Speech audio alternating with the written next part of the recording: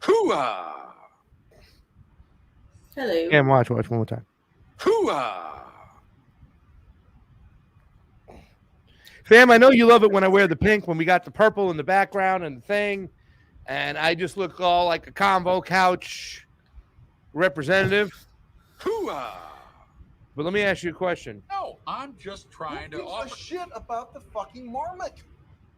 Are you ready to rock? Mm-hmm. I care about the marmot because the marmot is what screwed everything up over here. So Why is it that libertarians and right-wingers always want to blame everything on an outside force?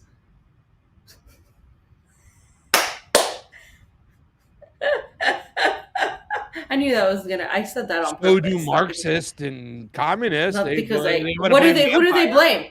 An outside force. What's the outside force empire. they blame? The empire. That's not an outside force. That's the inside force. Fam, it's supposed to be another nation. I just said it to trigger you. Clearly, it triggered you. I didn't trigger. I was trying to answer the question. Listen. First off, I don't know if what stopped me was I don't know if those two groups are like mutually exclusive, right? You know, like they're not. They're not. They're not monolithic. All. So I don't think that. Not at all. I understand where the libertarians are coming from. I just don't understand. You don't give a shit about the fucking marmot. No, I'm just trying to offer shit about the fucking marmot. It's funny that you were running around the RT studios telling people about the marmot, and they're like, "What?" And you're like, "You don't know about CERN?" I actually haven't told them about the marmot, but maybe I should. You said you told a few people. You said it. You told a few people about the marmot. Only my friends. Should I, guys? Let's do a vote. Should I tell RT about the fucking marmot? Yes. Yes, you Should can give people a lot of explanations that they were trying. I mean, CERN has openly admitted that they are trying to fucking go into other portals, other space times, do other shit, bend fucking.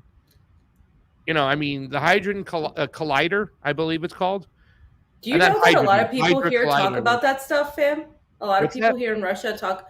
A lot of people here in Russia, especially in Donbass, talk about the World Economic Forum, globalism, Agenda 2030. They literally talk about it, but of course, there's an emphasis of it. Like a lot of these people are religious, Orthodox, so they see what the West presents as being really devilish, like, and not in a sexy way, like in just like a really bad way. Because the devil can be sexy, we know this, but like in just a very negative way.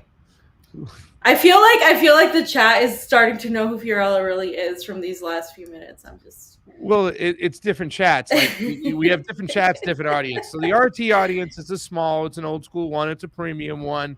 AREM is holding it down over there right now, but you know the RT.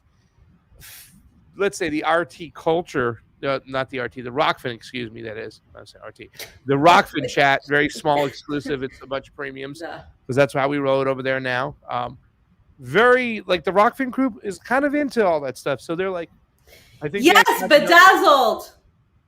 Yeah, they're all into the, you know, later on. No. You know that movie with Brendan Fraser and I don't want to talk about Bedazzled. I'm trying to move on so we don't have to. We can move on. I'm just letting you know that's a great movie. Fraser, but the Union of the Unwanted, that's like the perfect group, like, and that's gonna be on tonight at 4:00 on Rockfin. If you're a premium subscriber, come watch that tonight. That's gonna be cool. Otherwise, we'll be out in a couple days. The YouTube crowd, right? Like that's the old school crowd. That's where a lot of our other people originated from. A lot of lefties over there. So I know there's a lot of people that aren't there today that were there in the beginning when you were completely like, you know, hardcore leftists. Right, and you didn't believe into any conspiracy theories, and you didn't believe in any of that crap. And now that's what are you talking about? The left always used to believe in conspiracy theories. They were the ones talking different conspiracy theories. Totally. They were no. Back then, when the left was actually the left, before 9/11 or around that time, the left used to be anti-vax.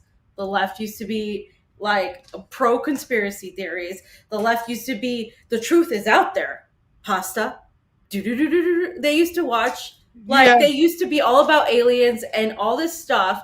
And then that switched because at this point in the United States and in the West, it doesn't matter if you're a left or a right. Honestly, in the West, it doesn't. This is what people, even my comrades in Latin America, need to understand. In the West, it really does not fucking matter who calls himself left and who calls himself right. Because the EU, That Spain, for example, has like a Green Party and a Communist Party. They are basically Democrats. They're basically neoliberals. They are not that party. So at this point in the West, and I differentiate the West from everywhere else, it doesn't really matter what you call yourself, because at the end of the day, these people are all like confused, and it's all a shit show.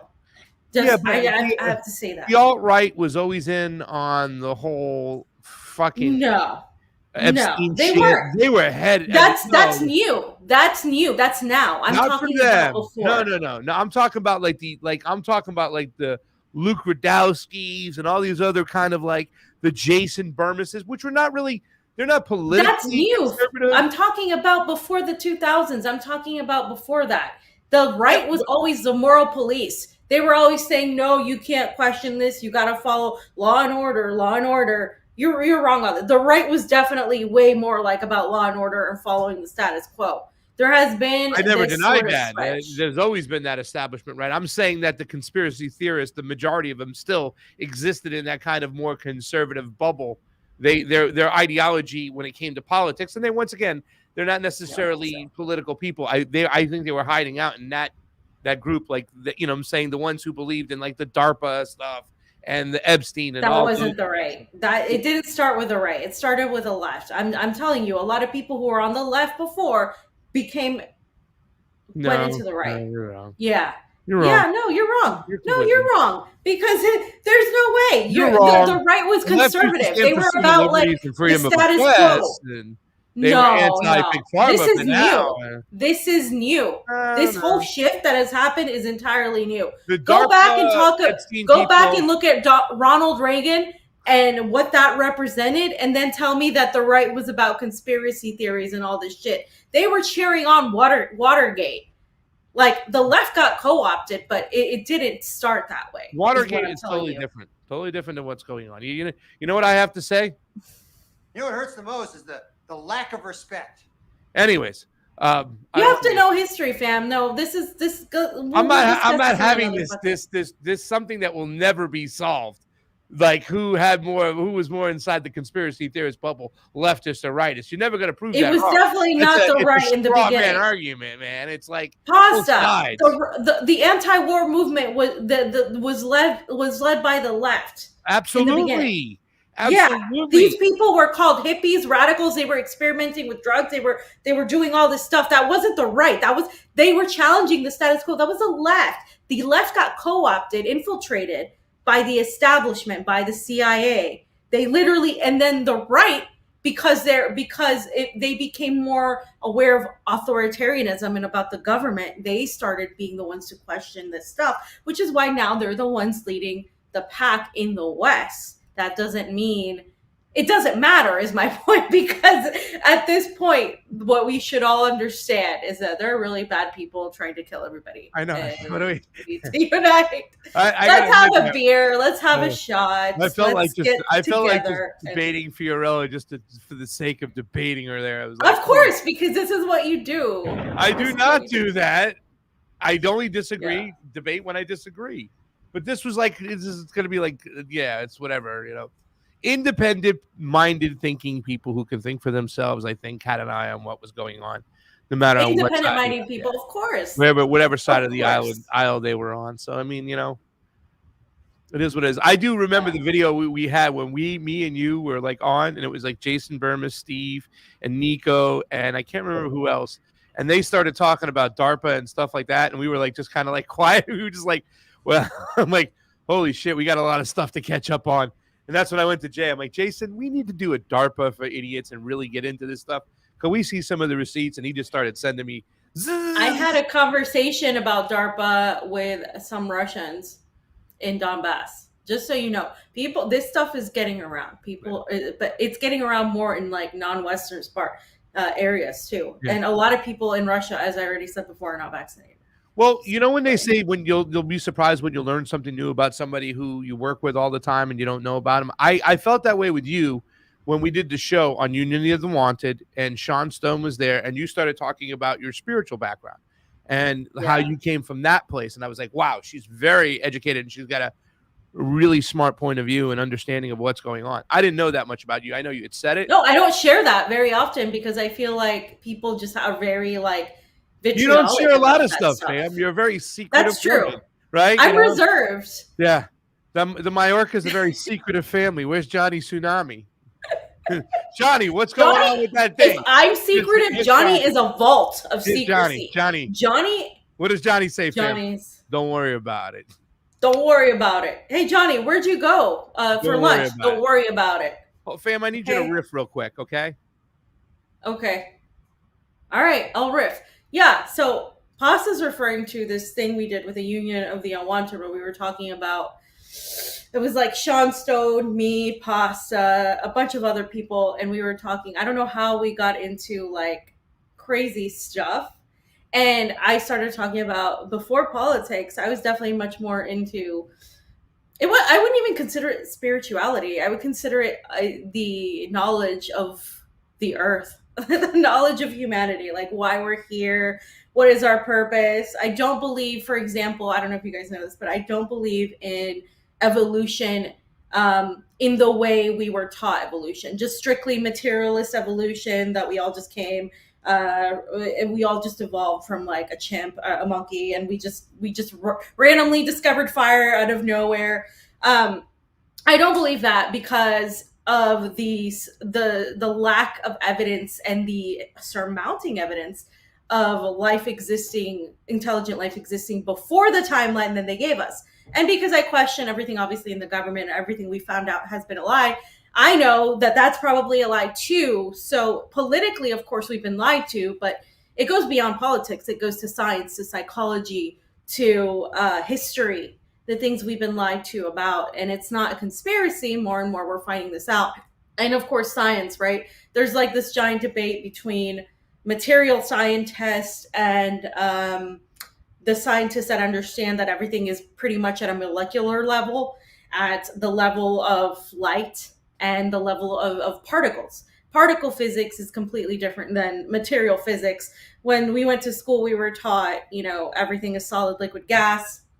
There's nothing much smaller. Now we know that there's particles, there's quarks, there's much smaller things that we were never taught about. And we know that there is much more influence and connection between human beings. And so I'm more along the lines of that belief. Like, I believe that there is a higher power. I'm not at all religious. I don't condone religion. Like, I accept anybody's religion. I don't care what you believe in. Like, I was just talking to some of my friends who were visiting Middle Eastern countries where Islam is really strong. And, it's going to be shocking to go to these countries, and it is, because people are very religious. But at the same time, people are religious in the Bible Belt, and I've dealt with it. People are religious wherever. Here they have, Russian Orthodoxy. So it doesn't matter to me what people believe in. But for me, it's like when people are like, well, do you believe in God? Because I was recently asked this in Donbass. Well, I said, well, I believe in a higher power, but I don't believe in dogmatic religion. And to explain that, then I have to go into, I believe the truth lies where spirituality merges with science. That's where I believe the truth is. And that's a very small tip of the iceberg as to what I believe in, while Pasta asked me to riff. So there you go. Wow. Could you start over again? Because I didn't hear any. No. Yeah. What do you mean, fam? Another time, fam. Fam, let's get to it. Let's get to it. Well, I just got to say that was Beverly, my friend Beverly, who books for Garland. So I had to take it, fam. I didn't have to take it, but I mean, I love it when I get a chance to get on the Critical Hour, and I never miss a chance to do so. So Wednesday, I'll be on the Critical Hour. Just some quick unpacking. We don't have a guest today. We have a long show, though. A lot to speak about, fam. Halfway through, I'm going to have to use the little podcasters room. I don't know what to tell you.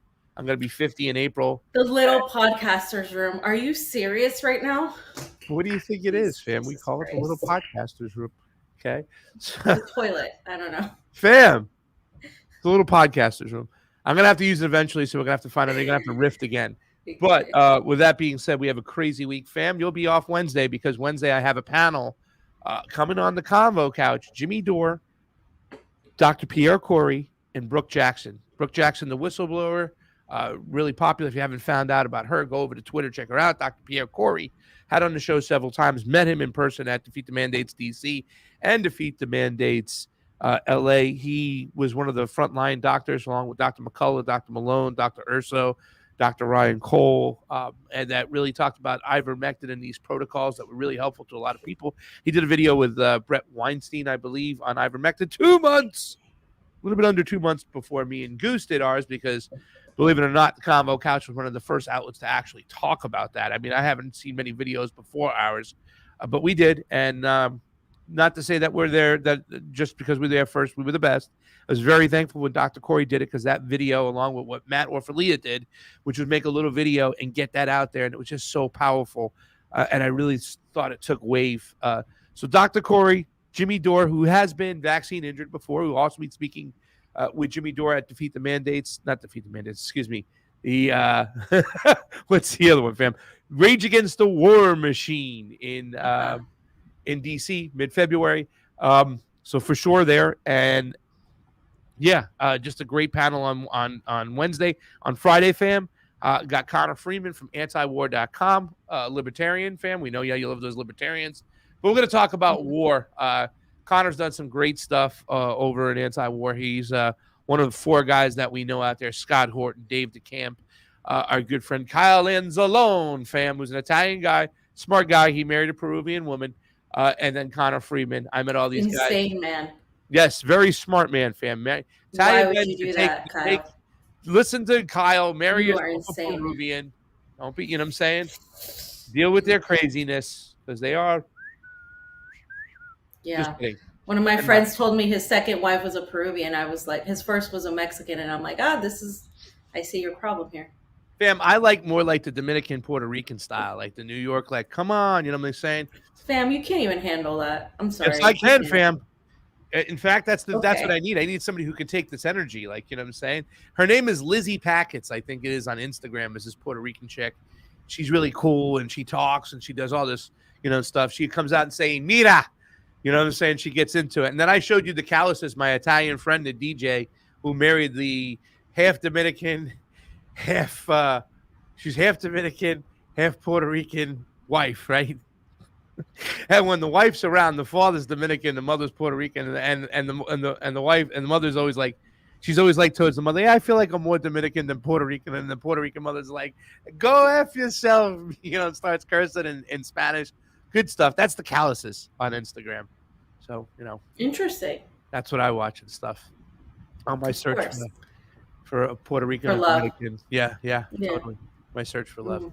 Fam, let's get started. We got a lot of things here because the first section is going to be kind of crazy. Fam, make sure the titles are the way you like them, because I'm going to send this off to Joe and Jared. I want to get these up very early tomorrow. Joe does if you don't know about Joey Yakuza, a.k.a. Joe Sakata, one of our boys over there. He does a lot of cutting and posting, putting stuff up, works as a producer, been hanging on out for a while. Anytime we need a video made, sometimes we'll go to Joe. He's just a great guy. He had his own show, Penguinox. They took him down off YouTube because he was speaking truth. Just a great person. He's going to be getting some stuff. And Jared is our guy who makes our thumbnails in Bangladesh, hanging on out. So those titles, make sure they're right. But let's get the first part is going to be the most intense, fam. I'm sure we're going to piss some people off. I'll probably piss some people off today. I hope not. I just don't know. I have a feeling you will. I feel like we're going to argue on this one. Maybe. I don't know about that. Because I think at the end of the day, the violence is coming from the security state, right? At the end of the day, responsibilities that are needed to take place moving forward, we can argue about that. Tactics, we can argue about that. But at the end of the day, we've said this before, our foreign policy is our domestic policy. They go out, they commit all these atrocities overseas, and they wonder why. And this is something that Garland Nixon said on the show. You wonder why they come home and are acting kind of crazy. And I don't know. How about we jump right into it? Let's start right off the bat with what happened over the weekend. Well, I think it happened a couple weeks ago, but we just got the videotapes. Now everything has just been kind of crazy. So Tyre Nichols, as you know, was just beaten to death in Memphis. This has 7.6 million views. I'm just going to kind of play it with no volume in the background. I don't think it has volume, this one, actually, to tell you the truth. He did scream out for his mother in this one. You can see them; they're like just taking turns. Like, look at this shit! Boom, punch. I mean, this is Are you disgusting. playing it? Yeah, I'm not showing it. I'm sorry. No, you're not showing it. Let me bring it up. All right, I'll move it back a little bit. My bad, everybody here.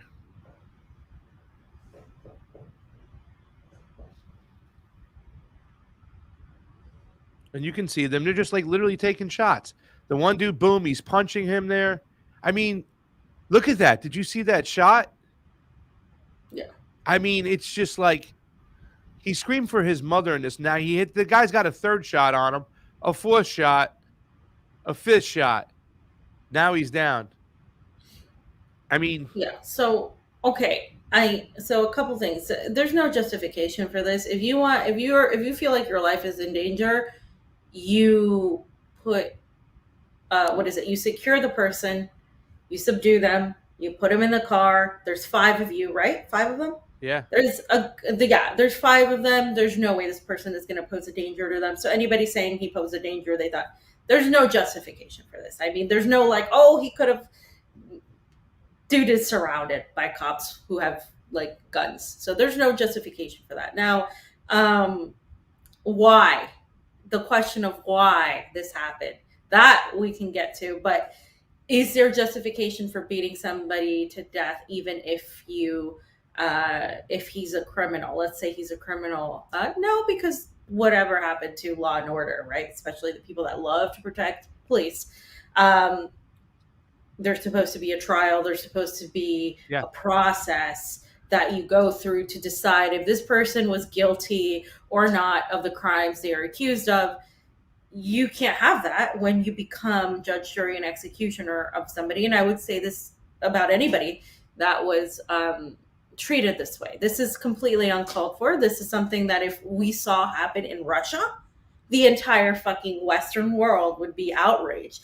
Oh my God, Vladimir Putin. That never, by the way, that never happens here. That literally, when's the last time you heard somebody getting beaten to death by the cops in Russia? It just doesn't happen. They don't even have like the weapons we have in the United States. Just so you know. You should make a tweet right now. Well, when's the last time you heard somebody getting beat to death in Russia? And just leave it be and just watch all the shit libs go crazy. Go ahead. Well, yeah, I mean, but even if it happened like in Iran, right? We found out that the woman that was accused to have been beaten by police, she actually had a different condition. She had a heart condition, actually, which you can go down another rabbit hole with that one. But she had a heart condition that had nothing to do with the police at all. The police didn't beat her. It had nothing to do with that. But of course, they used that, right? The United States government used that to say, Iran is so violent and all these people, and we need to go and help save women, just like we did in Afghanistan. But this is why I'm pointing this out, because again, the way I want to approach this is our foreign policy is our domestic policy. There's no separation from the two, and you can't defend one while talking about the other being bad. They're both bad, and they both are coming from the same place. So the question is, fam, was it racism? Was it something else? But I mean, that's the big question, because I think we've seen a lot of people go into the corner. Now I have a bunch of leftist, videos set up, and I have some conservative videos to set up, because I think we do have to talk about the fact that it is publicized. It's politicized, It's politicized right from the jump, and it's a shame. And at the very end, I have a little section where we're going to show Tyre, the human being, because whether it's politicized or not, and some people will say it's a distraction, it's not a distraction for Tyre and his family. And we can have some conversations. Yeah. I mean, this is a sad time. This kid got beat to death, and he screamed out for his mother when this happened. And hearing his mother talk about it, I know all mothers who lose their children will say they had a good kid. He goes, but I really did have a good son, and why is it that he runs off like crazy like he is and stuff? So, I mean, was it racism, fam? That is the question. Do you want me to play the first video? Yeah. All right, so I'm going to play the first video. The first one's a little bit off the rails. It's from, it's a white woman kind of saying some stuff, but then we'll get into some other point of views from people on the left who make some valid points that I think are worthy of talking about. So Was it racism? Let's take a look, because even though it was 5 black cops, 1 white cop, a lot of people still feel that there's racism involved one way or the other. Okay? Right. And I'll explain that point of view as well once we're All right. done.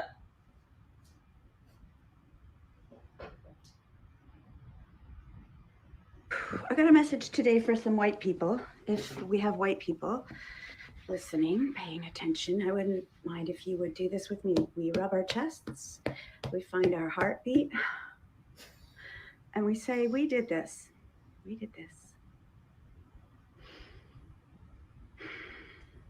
White supremacy did this. I'm talking about Tyre Nichols. Police didn't do this. The Memphis Police Department didn't do this. White supremacy did this. I got a message. Fam, the Memphis Police Department didn't do this. White supremacy did this. Was it racism? Okay, so her point of view is, because this is just not an effective message, because she's really making lots of generalizations, appealing to emotions, pathos, and of course it works for a huge sector of the population, but she's not dealing with anything logical. And a lot of people need to be convinced in a logical manner as well. You can't just because of this topic, it's so emotional already that you can't just do that. It's just so irresponsible. It's not her place, number one. I think she's doing more damage than good. Is it white supremacy? You could make an argument. You could say, yeah, well, perhaps because the United States was built this way, because the police represent an extension of the colonial past. Like during slave times, police were members, people from the members of the KKK were part of the police, and they have kept those forces. Now, the problem is police operate under the same type of tactics and strategy as the system that we're in. So the system we're in is an empire, and the empire is a system that is a death cult. We see what we do all over the world. We see what we're doing right now. We're trying to wage war with China, with Russia, and Iran is now into this whole picture. This is what the United States is doing. It's no surprise to me that the police, an arm of the domestic side of the United States military, because they're pretty much armed and treated and trained like the military, and they're also trained by the military anyway, is going to be this way. But it's not any longer just white supremacy. This is more about power. And the question of power this is why you see these black police officers doing this to one of their own, so to speak, because it's not about color anymore, as it is about power, and it is about the system. And there will be those that will argue, Pasta, and I'll just say this right now, they'll argue this, and it's one of our friends said this earlier. They said, what is it? Mm-hmm. There are people who push all police, because the system of police was built on this system of empowerment of this class. It was built on a system of white supremacy. There are people that say that all police, regardless of their race, are the occupation force for settler colonialism. When's the last time you saw a group of black cops beat a white man to death? Now, who said that? Somebody from, I think this was Pan-African Commission. Okay, but when is the last time you saw that? I would just like to know, when's the last time you saw that? So my answer to this whole thing is it white supremacy only? No. Do I think there are elements of it? Yes. But the thing is, people are so triggered by that it just doesn't get anywhere.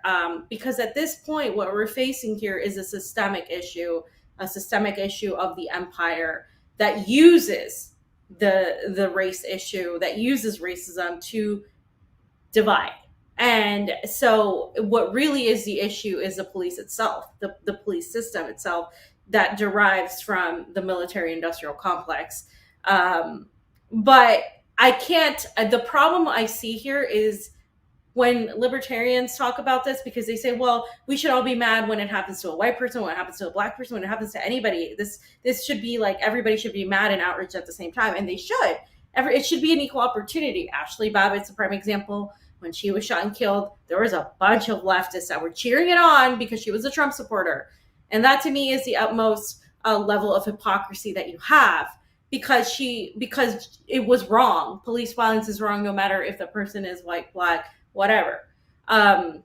So for me, it's like, I think people need to acknowledge the problems that are dealing with race, but also understand the bigger picture here that is always going to be used to further divide, because they know one side of the spectrum it feels like it's not that, and the other side feels like it is absolutely that more than anything else. The reality is, the truth is, the system is made that way. It's made to put people against each other. I do think that you can be a black person and you can help people, like, I don't want to say the word, but there is that name of people who literally helped the masters catch slaves, right? You guys know what I'm talking about. Like, yeah, there are elements of that, and I know there are, because I see it in Peru, for example. Yeah, I see it in Peru. We see it in indigenous areas. These people that feel like they're better than, the indigenous person, so because they want to be European or whatever. That exists. That's very true. But I think in this case, this is more about the system and power, because you can't tell me that people who grew up being black are going to have the same type of racism against a black person that a white person would. I mean, then you're arguing, you're just completely missing the point. Then it's obviously not just racism here then, because these were how many black police officers? 5 black police officers, 1 white police officer. 5 black police officers, 1 white police officer. You can't just say it's white supremacy at that point. Then you can say there are elements of it, but this is clearly a bigger issue here at hand, right? It's a bigger issue here. The dominant problem, I think, is actually the system. It's actually the violent system we live in the United States, like the military industrial complex, the way cops are trained, the power mechanism of it. And yep. I think that until we get rid of that, which, hello, we're an empire, it's going to continue. Well, I think before we call it white supremacy, we have to define what white supremacy is, right? I've never denied white advantage, white privilege, that sort of thing. And a lot of bells came ringing in my head when I understood what was going on from Reverend Annie Chambers, when she explained, she's like, look, we went in, we worked with black people, the Poor People's Campaign, went to Vegas, worked with the Ku Klux Klan to go shut down the street, the old strip, to make sure that they got a check. And that was black people and white people working together. Ku Klux Klan, people who, by their ideology, their ism, hated the other person of color, but they both saw a common problem, working together to stop it. But when the checks came, fam, we saw that the black people's check was $200 less than the white family's check. And Reverend Annie Chambers did that. She goes, they do that to ingest the conflict and the divide, because as long as they can keep us divided, they can run off with all the money and the resources. Now, colonialism, white supremacy, right? Like, white supremacy is what? I don't know if that is the best terminology of today, of modern times, to use to say that there is some form of white supremacy, because not all white people are supreme. Not all white people are rich. White will not necessarily mean you will avoid a certain class and where your life will be on the chopping block just as easy. Maybe not from the police statistically, but if you have no money and you have no housing, if you have no transportation, you have nothing, you can't afford your Medicare, and there's a lot of white people out there like that, you're just a slowly ticking time bomb for your life as well. So even though they kind of like the terms white supremacy, to me, the one problem with it ingests this kind of mentality or rhetoric or narrative that your enemy is your neighbor. The white guy is your neighbor. He's the problem. And if we all just get these white people to recognize that they are inherently racist and that they were born with these advantages, then we can all come together and sing Kumbaya and everything will be okay. At the end of the day, even though white people have an advantage, they were given an advantage by these elites, by these predator class, by this 1% to make sure there is division within the citizens, and therefore they can run their game. It's the old game, divide and conquer. So what would you say your definition of white supremacy is? And here's the second question too. I was going to put this other one up too. Is claiming racism the best tactic right now to unite the people? Is that's what's necessary? Because you did say something here. You said we can kill two birds with one stone. We can understand that there is racism involved, but also understanding that it's going to be used, it's going to be politicized, it's going to be used to wager a war between the people. So that is my question to you: is what is white supremacy, and is claiming racism the best tactic right now to unite the people? Isn't it a better tactic to go, hey man, we're all under the neck of the boot of the security state. They want us all dead. And I think that's something that has really come to fruition in these last couple of years in the COVID situation, is like, they don't give a damn. They want everybody dead. They're not going to, the predator class is not looking to protect the majority of white people in this world. They want to get rid of a lot of white people too. And they're quick to use white people as pawns for wars and stuff. Where you're at right now, the people in the Donbass, the people in Russia, the people in Ukraine, everybody dying is what? The majority are white men. The security state, the predator class doesn't care about them either. They don't care about any of us. And at the end of the day, I think that is the biggest problem, because they're the ones who ignited this police brutality and these fucked up institutions of the police force right now to be so corrupt, to look at anybody in a lower class and beat the crap out of them, and they don't give a shit. Go ahead, fam. Well, white supremacy is the belief, the idea that the white race is still superior and that they get more benefits than everybody else. Is that true still in the world? Yeah, it is. I mean, you look at the countries that are in the global south, countries in Africa that are still, I mean, they're just in Burkina Faso, they're just starting to kick the French out and trying to get the hold of their resources in the country. You see what's going on in Latin America. When Latin America decides to think for themselves, there's constant coups. It happens. You don't have to call it white supremacy if it makes you uncomfortable, but it happens to be the countries in the global south. In India, colonized by England for hundreds of years. I mean, it's ridiculous. All the continents of Africa divided by the Dutch, French, pretty much every single part of Europe. And then, of course, you have Latin America that we know. Sure, they liberated themselves from the Spanish, but for what? They came into the deposition of the United States government and whatever they wanted to do. And so is white supremacy a thing? It's a thing. I'm sorry it makes people uncomfortable. I'm sorry it is triggering. I'm sorry it's divisive. It's a thing. Now, aside from that, is it the best way when you're trying to have a conversation to talk to people that are saying, well, I'm white and I'm poor? Yes, that exists. Is everything related in the United States to white supremacy? No, I think everything in the United States is related to the fact that we live in an empire. In fact, if you want to talk about, a lot of people that talk about white supremacy on a domestic level, on the police issue, on the racism that goes into the United States, have zero problems justifying our interventions abroad into Africa, into West Asia or the Middle East. They have zero problems into justifying interventions in Latin America, but they love talking about white supremacy from Trump supporters or white supremacy for one person or another. That's my issue with the whole term of white supremacy, the way it's used in the United States. And I think that is a problem in itself. Is claiming racism the best tactic to unite the people? I think that's the wrong question to ask. I don't think it's the best tactic to unite people, but I think that's like you and I to a degree, but it's like, for me, it's like that's the wrong question to ask, because it's like, if you've lived your life and you've had these incidents where somebody talks down to you, which I've seen it happen to my brother constantly, and because he just happens to be a few shades darker, and he gets like told, like, we were walking down somewhere and he got told to go back to his country even though he was born in the United States. It's just like, you have a different point of view about that. So it kind of comes off to me when you say things like, Is the best tactic to unite people claiming racism? Like, you're not understanding where these people are coming from.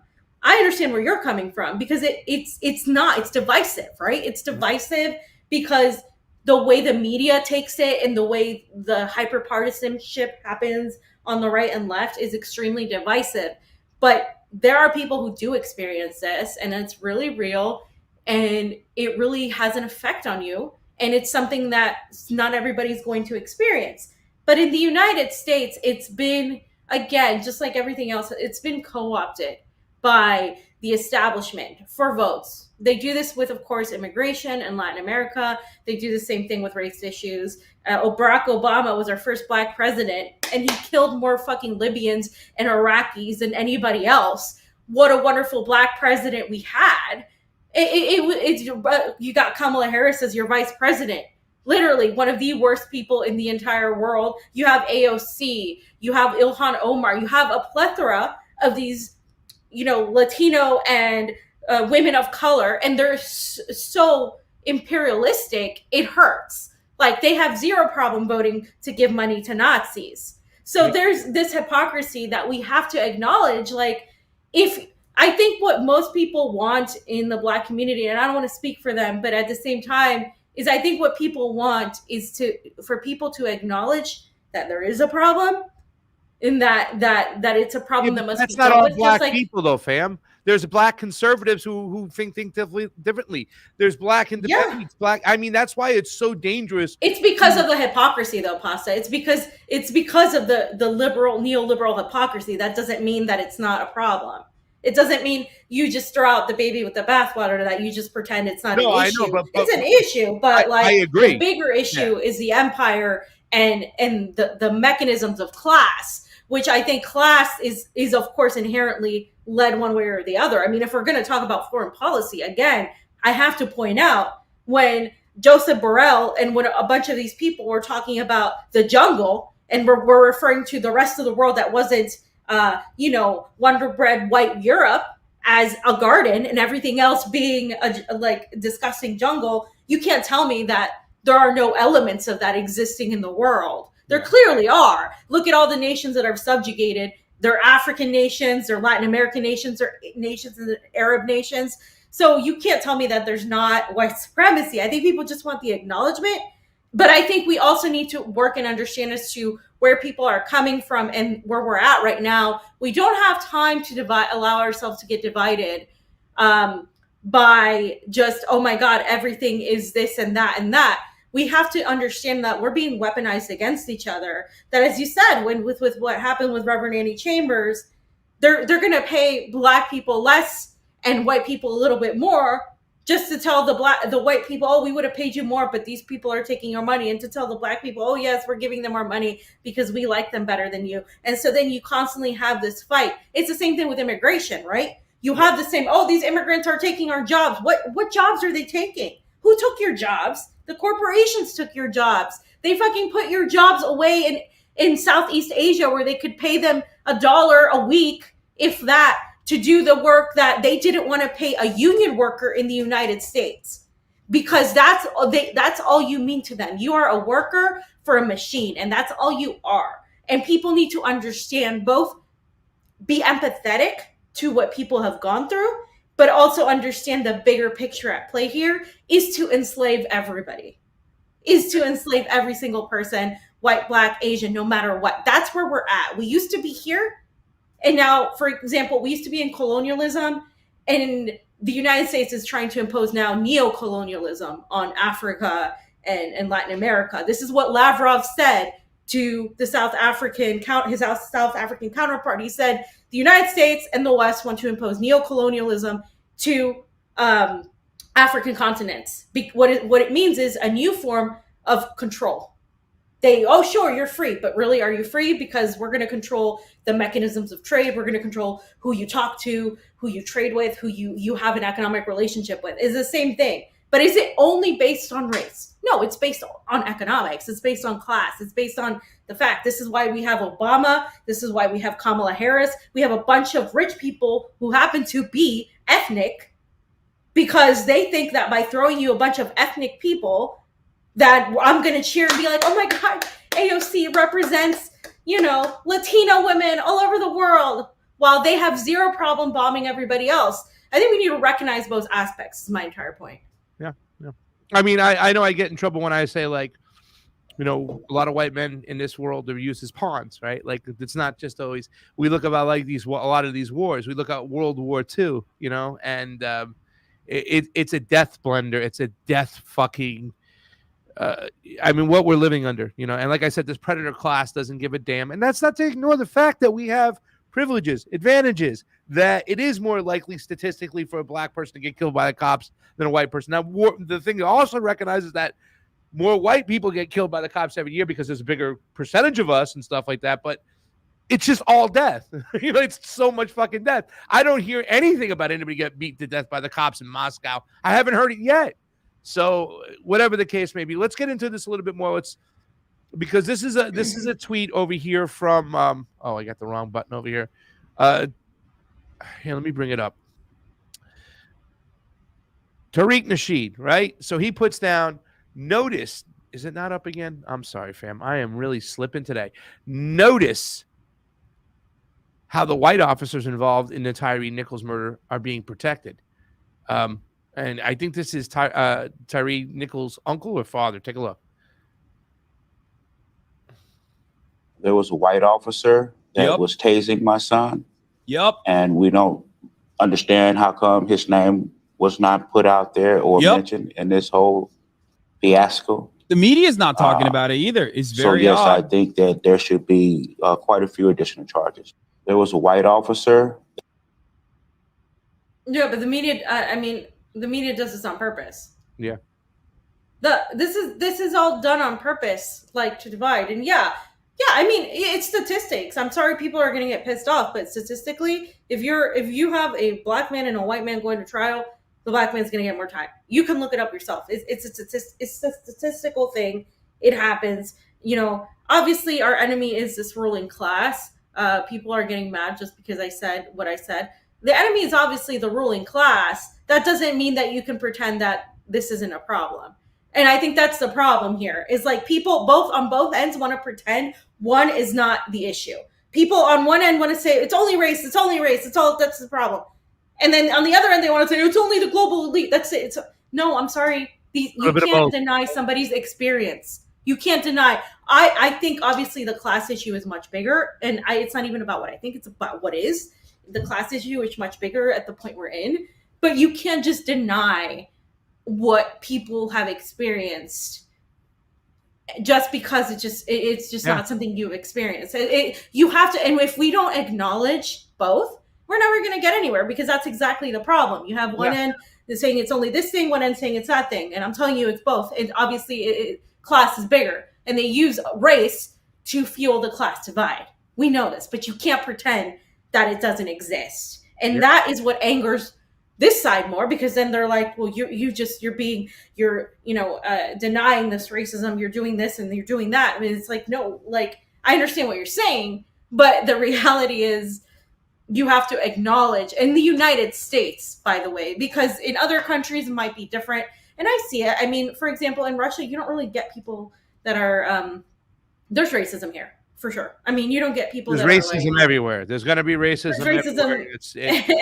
It's just part of the development or lack thereof of humanity. Okay, like if people look different, like it's they're like, oh, the people from the Caucasus, they're they don't know as much. It's like they're Russian, but they're from the Uzbekis. Like it's subtle, but it's there, and it's not necessarily the same. You don't really have very many Black people here. You don't really have very many Latin people here.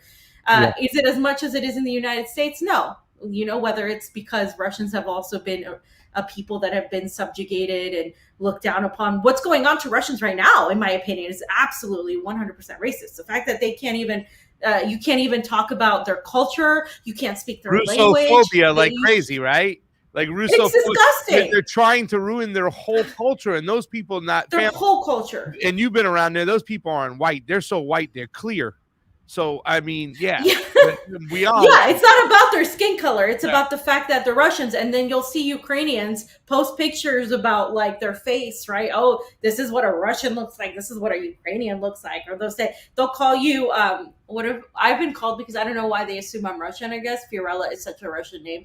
They'll call you a orc, orc. That's a racist term. They'll go on and they'll put all this stuff, and it's extremely racist. But it doesn't, like, people just don't think about it the same way because Russians are like literally white. So it's just like, that doesn't mean it's not racist. It's not Russophobic. You can't. They're burning books. They're burning, like, you can't. Their churches. You can't. Russians can't travel. They're literally banned from traveling certain places. That's wrong. I think it's so wrong. And people need to understand, like, it's not just a black and white issue. No pun intended. It really isn't. Jesus, fam.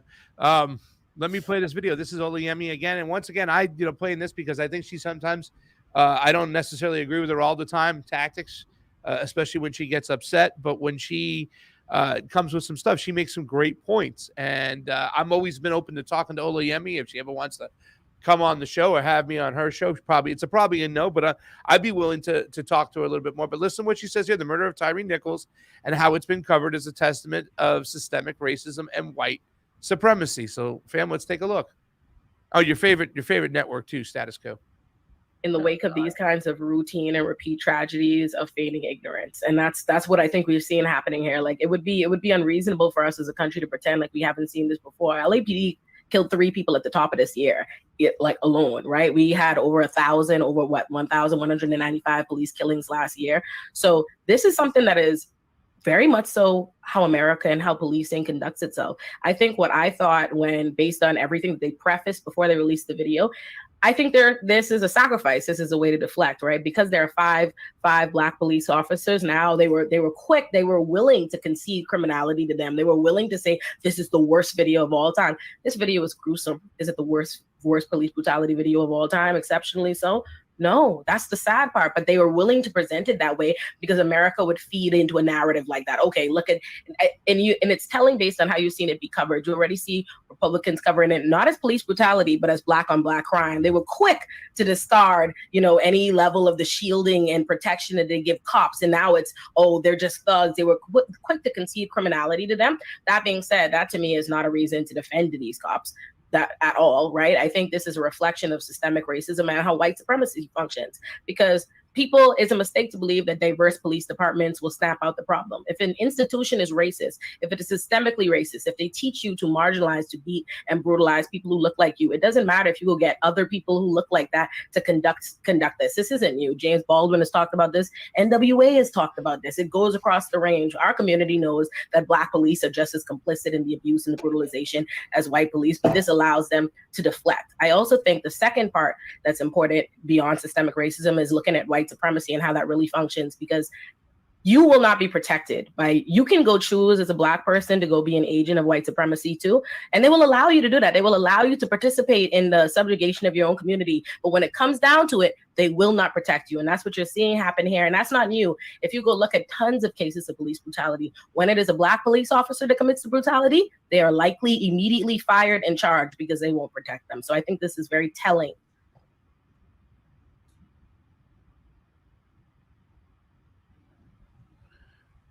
Fam, she's not wrong. Like, she's not wrong that exists. Like, my issue is the argument falls on deaf ears because you're not addressing the bigger problem here, which is the fact that the police system is a replica of the military-industrial complex.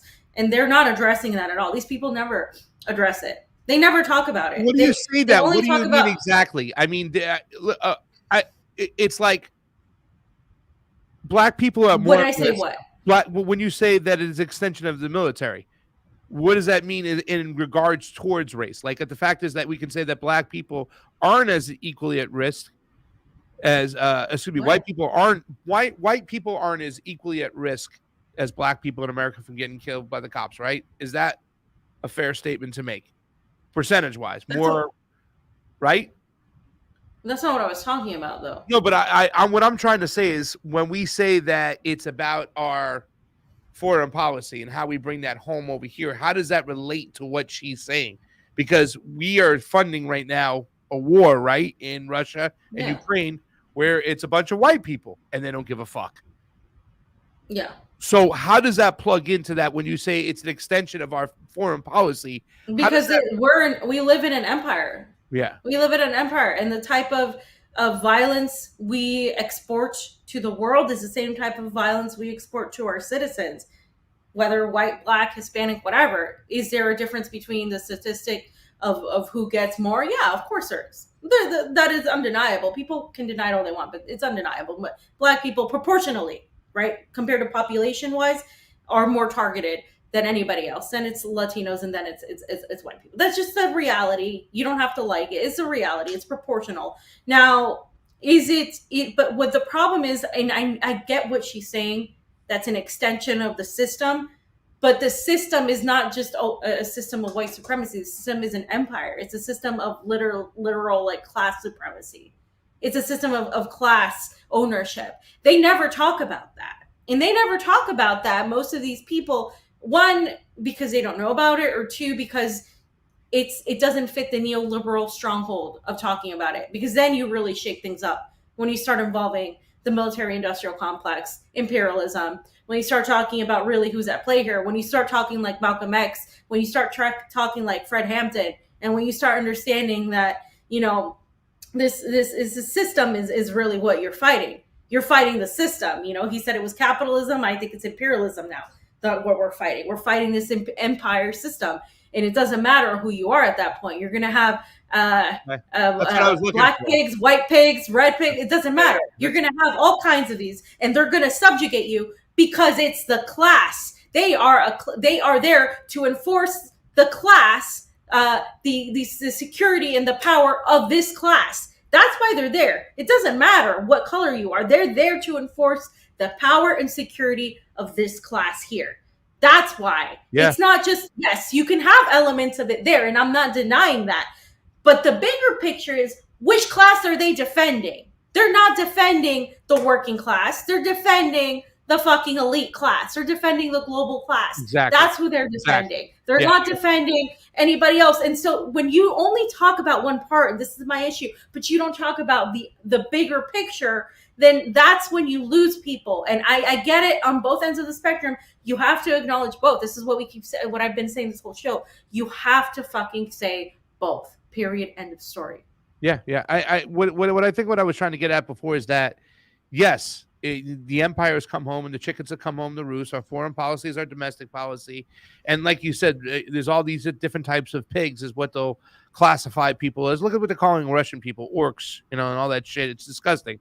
And the argument, I think, that sometimes isn't made, the fact is that, yes, black lives are more at risk, but white lives are also at risk too from the security state. They don't give a damn about any of us. And at this point, that's the charge to unite right there for me, is that we're all at risk from the predator class, one way or the other. They do not give a shit about us, any of us. We are all useless eaters, right? And the system is designed to make sure that it turns inward and that we are divided as citizens. That's why you hear the rallying calls right out the gate from the left and the right. And yes, there are some interesting points that Olayemi makes. But once again, I think that she is wrong on certain stances, but, you know, make some interesting points in others. Fam, one last one, because I got your guy here, your favorite, fam. I would never do a show without giving you your Mehdi Hassan, right? You need your fam wants her Mehdi. Although the 5 officers charged over the death of Tyre Nichols were black, that doesn't mean race didn't play a factor, fam. Mehdi Hassan explains why it is not only naive to assume Nichols' murder can't be racist, it's also a historically ignorant and just plain disingenuous. Did I say that word right? Historically? Mm-hmm. I said ahistorically. Ahistorical. Ahistorical. Right? Is that what you said? I fucked it up. You're supposed to. I didn't see it, fam. Sorry. It's 8 minutes of Mehdi Hassan. Good evening. You know what stood out to me on Friday night, as I, like many of you at home, watched the videos of the brutal police assault on 29-year-old father, son, and amateur photographer Tyre Nichols in Memphis. Tyre Nichols, who died in hospital 3 days later on January the 10th. The moment where he called out to his mother, screamed her name again and again as they beat him. I don't know about you, but that broke me. I'm not going to play it for you tonight because I am sure you have already seen some of those videos on this network, on other networks, on social media. And if you haven't, you can go watch it somewhere. You can go see for yourself Tyre Nichols, this unarmed FedEx worker, a man weighing 140 pounds, getting pepper sprayed, tasered, punched, kicked, and repeatedly hit with a baton by multiple police officers. But I, for one, am fed up with having to play videos of black men being beaten by police, being assaulted on tape to prove their humanity to the rest of us, to prove that what so many of them have to go through almost every day in this country at traffic stops is a racist, violent outrage. That said, I am glad the body cam footage was released because it does play two vital roles. Number one, it shows yet again that the police can't be trusted, that the Memphis Police Department's initial statement on Tyre Nichols was not true, was BS, was a total whitewash. Talk of reckless driving, a confrontation occurring, the suspect merely being apprehended and then later complaining of shortness of breath. The released videos not showing that at all, showing the opposite, in fact. And number two, they're a reminder of the failure of so-called police reform. Putting body cameras on officers, that'll help, except those 5 officers were wearing body cameras, 2 of which were switched on when they gave Tyre Nichols that beating. Those cameras didn't prevent that horrific incident. Tonight, though, I want to deal with an even bigger and even more pernicious argument being made right now, especially by the bad faith right in this country who have been all over it in recent days. See, Tyre Nichols was an unarmed black man who died after a violent encounter with the Memphis police. And here are the 5 police officers who have since been fired from their jobs and charged with murder in the death of Nichols. Lawyers for 2 of these officers have indicated their clients plan to plead not guilty. As you can see, they are all black men. So there you have it. The death of Tyre Nichols cannot be used as evidence of police racism or white supremacy, can it? Not if his alleged killers were 5 black cops. Nope. No racism here. Nothing to see. Go home. Checkmate, libs. That has been the attitude of a lot of conservatives and some liberals, too, in recent days. In fact, that was a line of argument pushed even by the black police chief in Memphis, that the race of the 5 officers proves it wasn't racism. It takes off the table that issues and problems in law enforcement is about race, and it is not. It's about human dignity, integrity, accountability, and the duty to protect our community. And as this video will show you, it doesn't matter who's wearing the uniform, that we all have that same responsibility. So it takes race off the table, but it does indicate to me that bias might be a factor also in the manner in which we engage the community.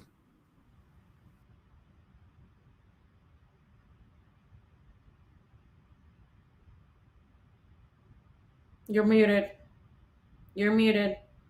Fam, we should talk about this now that we heard the police chief right over there kind of go into it, and your thoughts about what she said, before we hear your boy Mehdi kind of go back and tell us why it's all about racism and white supremacy. But she said that race is off the table right now, that it's a lot about the way we treat each other, right? And I mean, a lot of people have made the argument that they see a lot of people, just humans, especially Americans, young men, going at each other with fights and the way they treat each other, and everything is so violent in their culture and whatnot that, when people just start talking about, black on black crime or white on white crime or Asian on Asian crime with the whole Asian killings and stuff, like, well, maybe this is a problem in America we have, and the way we treat each other and the way we are and the way we're violent and our egos and how everything comes into play.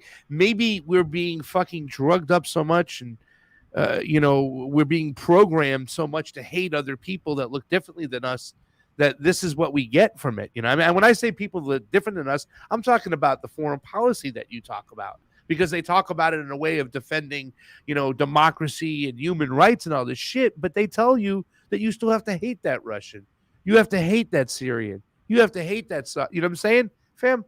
So what do you think is to her point when she says race is off the table? This is more of a systemic issue in the way humans and Americans treat each other. Your thoughts there? Well, there's two different things. I think she's saying that because she wants to protect her position where she lives. Obviously, it's not a place where she can afford to make a statement one way or the other. So I think what she's saying is different. But I think what she's saying is accurate, that it is about how people treat each other. But she's not really addressing the issue that this is a systemic issue. And it's not systemic just in terms of racism. This is in terms of like the empire and the way the police system works. Like, you know, there were people in the chat saying, well, we can't exist without police. Like, what would happen? It would just be chaos and anarchy. Try it. Like, come on. What do you mean you need what? Why do you need big daddy government to govern you? A lot of these people say, oh, we don't like the government, and then defend the police with all their might. Like, it makes zero sense. You talk about the, you know, what the military is doing. You talk about what the CIA is doing, what the national security state is doing. Yet when it comes to the police domestically, you think you need them. Not this police. I have never seen police armed and just educated and programmed the way they are in the United States in any other country in the world. You go to any other country in the world, the police are barely armed. They barely have anything. Like, they don't have the weapons the police in the United States have. They don't have, they're not trained in the same way. They're not trained to shoot first and ask questions later. That's not how the training goes. The police don't protect and serve you. They protect and serve a class above you. That's the problem. That's what you don't understand. So the more you're there, oh, protect the police. Oh, it's like, who are you protecting? You're protecting the global elites that you want to rage every day about abroad, but you somehow think it's any different. Who are they going to protect? Who did they protect on January 6th? Who did they protect? Who do they protect when shit goes down? When there's going to be some sort of vaccine mandate or whatever the next fucking psyop is? Who do you think is going to enforce these microchips you talk about? Who do you think is going to do that enforcing? Do you think it's going to be somebody else? It's going to be the fucking cops. So people who protect cops, to me, you're just dumb. Like, I don't know what else to say, because like at this point, they literally protect the class that you are supposedly against. You can say we need something to replace police the way it is now. You can say, you know, we need perhaps a different way of doing this, like other countries have, like where the police actually protect the people when they look out for the interest of the people. But the way things are now, they don't. It doesn't matter. They don't. If you're poor or you don't have money and you're not some hotshot celebrity, the police don't give two craps about you. So that's just the way it is. And when you defend police like that, you defend the elite. You defend the predator class. That's who you're defending. There's no justification for it. I got a question for you, fam. Let's stay on this one too, because I saw a lot of people like, what was the name of the show that somebody sent me? Oreo Express, and we met these guys in Arizona, right? One white dude, one black dude. They were in Arizona for the audit. They were Trumpers, whatnot. Very pro cop. They went around with the freedom truckers and stuff like that. They were like cursing about the cops. They're like, these cops need to go to jail. This is the problem here. And the audience was like, dude, you're usually pro cop. He goes, yeah, I'm usually pro cop, but this isn't being a good cop. There are good cops out there, and these are the bad apples, and they need to go to jail, all of them, the white one included. Can a corrupt institution be capable of having good citizens operating inside of it, fam? Just like a good plumber is a good, you know what I'm saying? Can citizens who want to, you know... I think that depends on how you view things, because the whole thing about all cops are bastards, it's like all cops they know that the institution is corrupt and rotten to a core. And even if they go in there with good intentions and they try to do good, they can't, because they get ostracized, they get pushed out, they get whatever. And so then they give in a lot of the time, and then they end up doing the same thing everybody else does. It's I mean, you look at somebody like Garland Nixon, and he's still a cop? No. Right? Yeah. So that kind of goes to the point, like, can there be good cops? There could be good citizens in there, but how long are they there? Because at the end of the day, the system is the problem.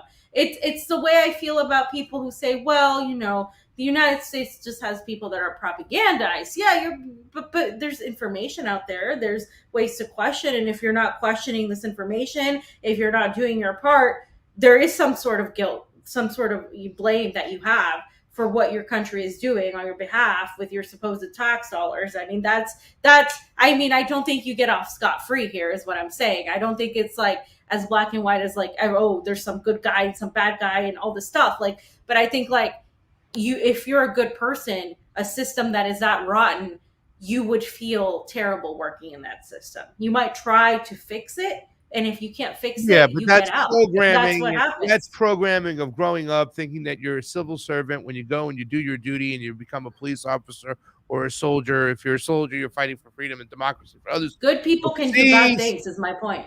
I know. Good people can do bad things. It's a tough one because I think people are so they've been so programmed to think that they can do good inside these systems, that policing is just an American thing, and they want to be the ones to protect their good law-abiding citizens from the bad guys. You know what I'm saying? But yet they don't understand why how you classify somebody as a bad guy. A poor starving person is not a bad guy. A poor starving person is a desperate person.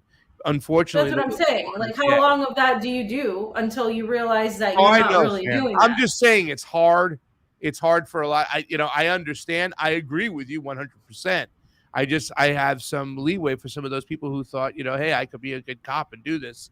Hey, I'm going to go up and I'm going to join. You know how many people after 9/11, how many young guys in my restaurant that I had to talk down from going, they wanted to go sign up and fight right away after 9/11? Of course, yeah. It was like, I'm like, dude, you don't know what you're doing.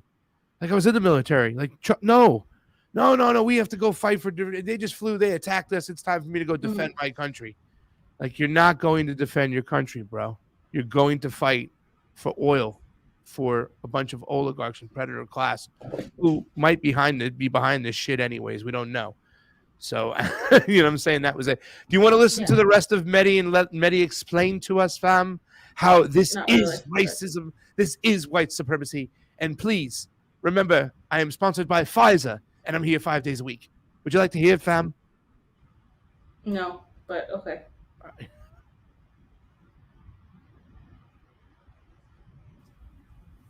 It takes race off the table? No. What? Just because the officers who assaulted him were black? I mean, the idea that black cops can't be racist towards other black people on the street, in school, at traffic stops must come as a huge surprise to millions of black people in this country who've had to deal with black cops. The idea that black and brown people can't internalize white supremacist tropes, narratives, ways of seeing the world is something that I, as a brown man, am telling you is just patently untrue. By the way, this isn't new. This isn't the first time this has even happened. 3 of the 6 Baltimore police officers who were charged and eventually cleared in the 2015 death of Freddie Gray were black. But black officers' complicity in police violence goes back much further.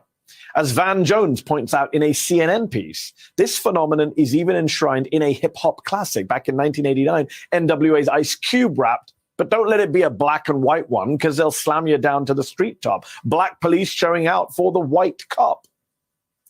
Right-wing media was quick to pounce on Van Jones for his op-ed, chastising him for injecting race into the discussion and claiming his analysis was an attempt to divide people.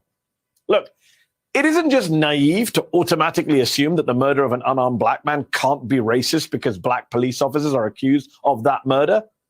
It's ahistorical, it's ignorant, it's just disingenuous. As Ralph Richard Banks, law professor and faculty director of the Stanford Center for Racial Justice, told USA Today, quote, "Black people and black police officers can carry with them some of the same understandings or views of black people as white police officers might. There's nothing that immunizes them."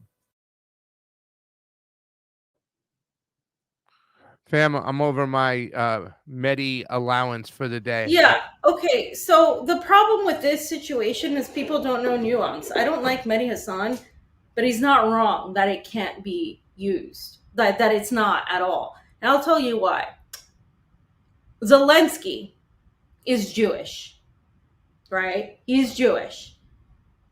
Zelensky is Jewish. Can Zelensky be racist Yeah, he can. He's operating in a system where there's a bunch of fucking Azov battalion Nazis controlling the government. Just because Zelensky is Jewish doesn't mean he can't allow this racism against these ethnic Russians and ethnic Slavs. Like, I'm sorry, I just debunked the whole idea that it can't be a thing. It can be a thing.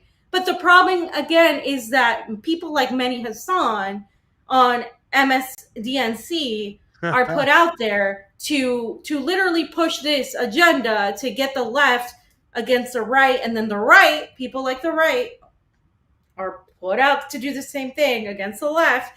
And then you have this back and forth, and nothing ever changes. People just move on to the next news article that comes up, and then that's it, because nobody's really talking about the actual thing. This is about, again, yes, there are racist elements involved. Yes, automatically the cops being black doesn't discount that there could be a racial element. But really, what was this about? This really was not about race. This really clearly is about the system at play here. The system at play. The system of power. The system of the police being protectors of the ruling class. That's what this is about here.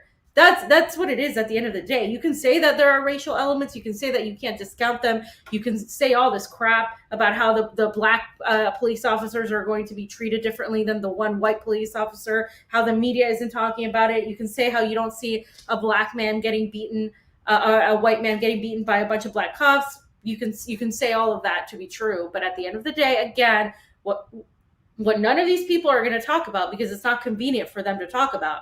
The right isn't going to talk about it because the right loves cops. I mean, I haven't seen criticism from any of Fox TV broadcasters to say, hey, maybe, cops shouldn't be beating people up, period. I haven't seen that. I'm sorry. I haven't seen that. You probably haven't looked for it as much, but I can tell you this much from independent media, conservative media news, the ones that I have seen, they are the ones that are usually pro cop, all in all, are like, hell no, this is it. Boom, no way. I'm talking about like Tucker Carlson. I'm talking about Fox. Yeah. I'm talking about those. I haven't seen any or watched any of that lately. So yeah, but this is what they're. But this we do have a Tucker clip today, so we'll get a little Tuck, fam. I know. Listen, I know what fam likes. She likes her Mehdi Hassan and Tucker. Make sure you have each one of those clips. The best representing of the left and right. Let's get to the conservatives' point of view. I mean, I can go on talking about this for quite a bit, but let's talk about these conservatives. Okay. So just off right now, this was something that was put up from CBS News, and I think it's just fair to show it as well. It says, this is Zachary King. He's a white in this video. You'll see him getting beat down by not one, but three police officers, and they hashtagged the Tyre Nichols. And you can see the dude as white as can be, and look at the beating he takes. I'm going to make it big. And is he dead? No, he's not. He's not, but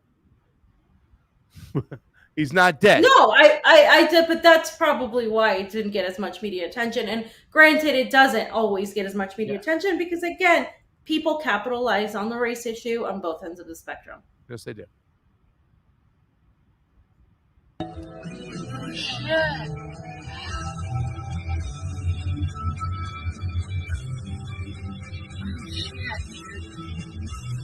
This is bad. We gotta get out of here.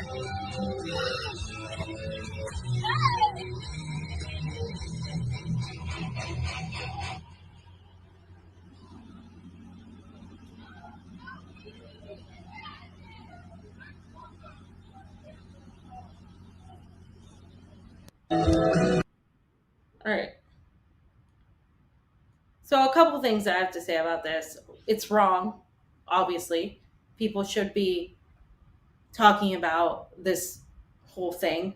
But my question to you is, why is it every single time, I haven't seen an exception, when something happens and it happens to be a black person that gets killed or whatever by police, there's somebody on the right that comes up and says, hey, why didn't you make a big deal about this?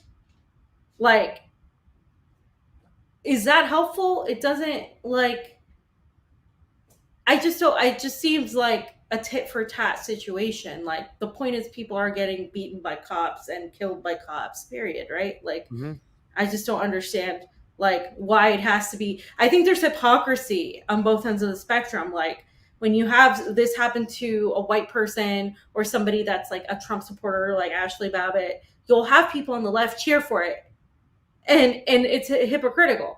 But when you have, but it's the same thing when it happens to somebody that is black, it's automatically a leftist all of a sudden. So they're somehow, you have to be like, well, no, there's got to be a reason for this, and blah blah blah blah blah, and so that's hypocritical. So this is the United States. It's the same shit with the abortion situation. It's the same shit with the trans issue. It's the same thing with every other culture war situation that ends up happening. They literally live off this. The media lives off this. Politicians fundraise off of it. People literally like fight about it, make YouTube videos about it. This is exactly what America is. This is literally America, a microcosm of American society. Fight each other while shit keeps happening, while you're on the brink of nuclear war right now, while your country is literally trying to fight a war with Russia, a nuclear power, starting another one with China, and of course then throw Iran into the picture, and then you have this shit that people talk about. I mean, this is just exactly in a nutshell. Well, I put this comment up over it. That footage describes USA history perfectly. You know what I'm saying? Like, it can be just such a perfect picture of what's going on. Like, this is the security state at the behest of the predator class that doesn't give a fuck about anybody. And at the end of the day, they want this shit happen. They want citizens turned in on against each other. They want the team sports mentality. And I don't know if there can ever be a silver lining where a lot of people are going to wake up and just going, it's not you. It's not me. It's these bastards up here, and, and that was the thing too, as well. You know me, fam. I don't like to play the oppression Olympics and show the white video too, as well. But we do see it exist in our culture, in our, inside of America, the way we are treating each other as human beings. It's a sad day for me a lot of times if I go on Instagram, if I go on a TikTok for a little bit, and I'll just see videos of like citizens fighting each other or going after each other, or Karens getting smacked, or all that. I hate it, and I see more and more of it, and I see humans, neighbors, being divided and treating each other like just ridiculously crap. Let me get to the next part real quick. Larry Elder fam, I know you're a Larry Elder fan. Didn't you vote for him in the recall? Did you vote for him in the recall? Yeah, sure. You didn't? Okay. So Larry says, Barack Obama and Michelle Obama say Tyre Nichols is a painful reminder of America's cops problem. Why racialize it, Mr. and Mrs. Obama? In 2020, cops shot and killed 457 whites, 24 unarmed. Cops shot and killed 243 blacks, 18 unarmed. Yet you never comment about unarmed whites. That's Larry Elder, ladies and gentlemen, doing exactly what you said they do. This is, I mean, first of all, Barack Obama and Michelle Obama have literally nothing to comment on when they literally are responsible for the death of all these Libyans and Iraqis. But you literally do the math, get the population number of how many white people there are and how many black people, proportionally get the number, and then tell me that it's not more. We're over 50% white, over 50% white people in this country, under 20% black people in this country, and yet there's, you know what I'm saying? Like it's significantly. It's guys, come on. Like when you do shit like that, it's just like. And and Larry Elder, again, like Larry Elder is going to be called an uncle, you know what, by a lot of people, because this is what I think when you do that, it's just disingenuous. Like you can have a logical point about calling out the hypocrisy of Barack Obama and Michelle, but like at the end of the day, if you're just going to put out faulty statistics, it just doesn't and you can say, hey, the point is people shouldn't be treated like by cops, and I just don't see that mostly. You say you see it maybe in independent media that lean more conservative, but I don't see it in the vast majority of well-known big in like media on the right at all. When they denounce cops, they usually just say, oh well, law and order. We need to protect blah, blah, blah. Cops, we need cops because they ensure order and stuff. It's like, have you seen the United States right now? What order is being ensured here? I mean, if it's order having tent cities everywhere and having, just corrupt politicians, what order are you ensuring? Clearly, they're ensuring the order of the predator class. That they're not ensuring the order for anybody but them. So, like, it's just, to me, like, this should be used as an opportunity to understand that cops aren't your friends, that the system is not the system that creates this power trip full of cops, like, who don't have to have really good education, who don't have to, really be trained that well. We're taught to shoot first, ask questions later. I mean, these are things like you should really talk about instead of just saying if you support or hate cops. Like, well, where how are they trained? Where is this coming from? Like, what is this a reflection of? Like, nobody's asking these questions, and it's just frustrating because every time one of these shootings happens, or these beatings, or these murders, literally the same thing happens, and nothing ever gets done. So it's like the gun problem. What's never talked about too, though, in the situation is one particular conservative black podcaster. I can't remember his name, but he made the comment that in Memphis, Tennessee, the police are the last thing you need to worry about. I thought it was really like a tasteless, comment. But then, when somebody went like, "Oh, that's classy, way to go, asshole," whatever, and he was like, "What are you talking about? The crime rate in Memphis, Tennessee is yada yada yada yada yada," and he was kind of putting out all these statistics. Fam, is it okay to also examine, and this is from a class point of view too, as well, to say the culture and the society in which these police officers are operating in right now, where we have a systemic problem and no workforce in this country, no means to economics, and people, can turn to like other things because when they're in poverty, they're very desperate, and the middle class has been disappearing. More people have been moving into that, right below, close to the poverty line, right? A couple paychecks away from being homeless and broke. And now you can say that can lead to more crime in the area. And then maybe you have these police officers who are primed and ready and are dealing with the culture that they're in, that it's crazy, that crime is high, that they got to watch out for themselves, or whatever the case may be. And if we would also look to fix that, it would help fix this. It would alleviate some tensions. If we had a good working force and the economics were there and people were desperate and on the ropes so much, wouldn't we have, just by technicality, less crime, less suffering? Yeah, you would. But nobody wants to hear that. You absolutely would. Why would you need to go and raid a CVS when you're good and you have money, when you have, when your childhood, because it's so systemic now. You can't fix this problem. Is going to take decades to fix because you can't go back. This is psychological now. This involves psychology. It doesn't just involve government. It involves psychology. It involves health. It involves everything. Like, it's the formative years of a child are like when they're 3 or 5. And if you have, you live in a family that's completely destabilized because they're poor or whatever, or your dad went to war and came back and has a fucking PTSD. Like, people don't think about these things. They think all these issues are separate. No, these are all part of the same fucking problem. The U.S. empire is destroying lives abroad and destroying lives in their own communities in the United States. The prison system is an extension of it, where you go if you pretty much have fallen victim to drugs, to crime, or to pretty much like some sort of psychological breakdown because of all the shit you experience in your life. And you pretty much go there and you become slave laborers for the fucking empire. We know Kamala Harris was great at this. She was top performer when it came to this stuff. And that's just one aspect of the system. This is, the United States not only exports violence, it creates it within its own people. But the problem is people in the United States don't see that. They focus on each other instead. And it's like the biggest waste of time.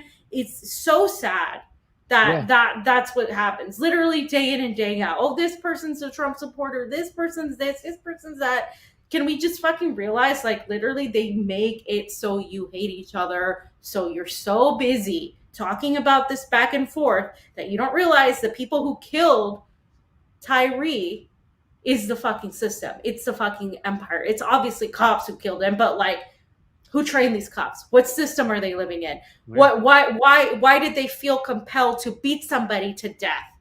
Like, what is this? Is it just because they have this system of white supremacy in them? No, it's not just because of that. This is about power. It's about control. It's about feeling you are superior to somebody.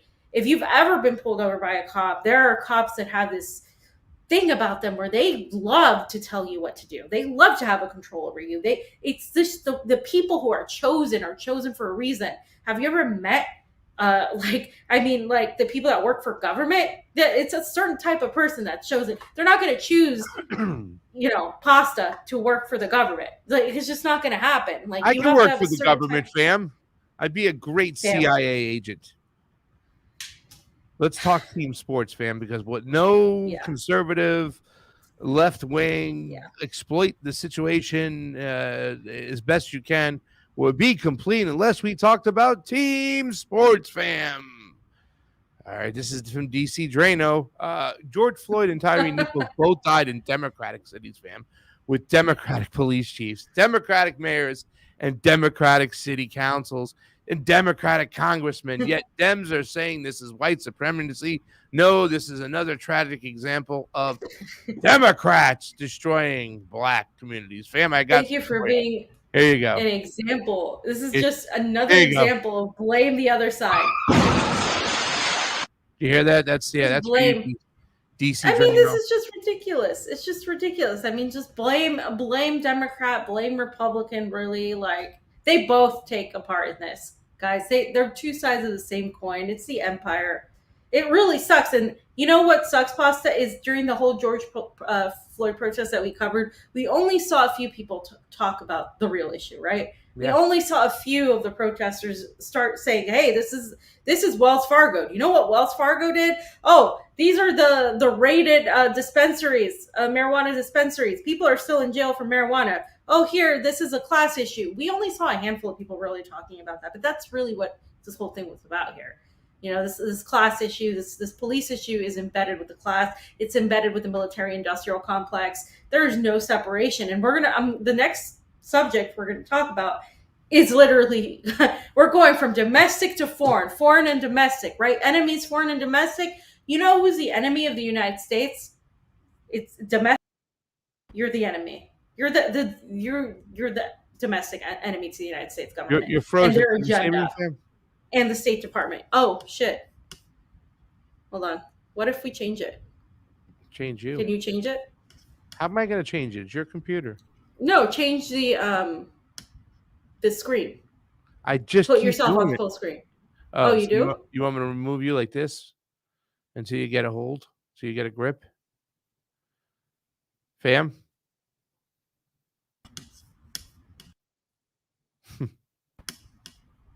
Fam. Still on there. Yeah, I know. I'm still there. It's just that you're frozen. No, but I don't understand. I closed it. All right. Come out and come back in. All right. Fam is going to be back in 2 seconds. We're going to get to this next clip over here. I'm going to wait for Fam, though. But, guys, do us a favor. Hit the like button, hit the share button. Couple shows going on right now, but you chose here to hang out with us, and we appreciate you for doing so. If you are a premium member, hang out with Tony Watches closely. And, of course, Tits McGee over on the Rockfin. Who else is over there today? Choir Boy and whatnot. Cool people over there. Fam should be coming back in soon. We also have the Rumble. We're doing the Rumble right now. You can go over to Rumble and check it out over there. And, of course, we're on YouTube. So right now, we're asking the question. We've been talking. Here comes Fam. Fam-a-lam. There you are. Hi. All right. You ready, Fam? Yeah. Oh, God. Here we go. Was the killing of Tyre Nichols white supremacy? Listen to Jason Whitlock. Now, Jason Whitlock, I know you're thinking Tucker, but Jason Whitlock, fam, was an ESPN guy, was a sports guy for a while. And now he's kind of doing conservative political radio and a few other things. He's coming on a lot of shows. Listen to what Jason Whitlock has to say about Tyre Nichols. Inappropriately including these 5 Memphis police officers. It's an open and shut case. The camera from above captures the police doing something totally illegal. The second-degree murder charges are warranted. This is going to be a revisitation of the Walter Scott, the guy that got shot on camera by a cop in the back. He got convicted, went to prison. It's an open and shut case. This is too. I don't get what people are protesting about. These are 5 black officers. The victim is black. The police chief is black. The police have been fired and charged, and they will be convicted, I would assume, by a predominantly black jury in a city that's 65% black. So the system is going to work here. What the other system that's working is the corporate media's insistence on promoting racial division at the behest, in my view, of the military-industrial complex. They want us all looking at this and not looking at what they're doing in Ukraine. Fam, there's more to that, but I had to jump right there. Right out the gate, you see what Jason Whitlock is saying, who he's blaming, what's going on. Once again, I don't want to downplay this as a distraction to people like Tyre Nichols' family. It's not a distraction to them. Today, no, it's not a distraction. But the exploitation of the mainstream media, the exploitation of the government, the exploitation of the politicians to take this and thrust the racial division. In lieu of making sure that we don't look at what's going on in Russia and Ukraine. But it's not just that, because there's constant but people are still not looking at what's going on in Russia and Ukraine, whether this happened or not. So it's not just that. Yeah. My issue with people who say this is a distraction only is like, what are you talking about? What exactly are you referring to here? Are you referring to this not being a real thing that happened to a real person that died, was beat up, or are you referring to the fact that people are because he asked, why are people protesting? People are protesting because they feel that this is related to police brutality, and it is, but the bigger picture of police brutality comes from the system, right? So that's why people are protesting, and some people are going to tie white supremacy to this, as we just saw. And while, like I said, you can't discount that, it's obviously not the major thing. And like the people you shouldn't be really angry that people are protesting.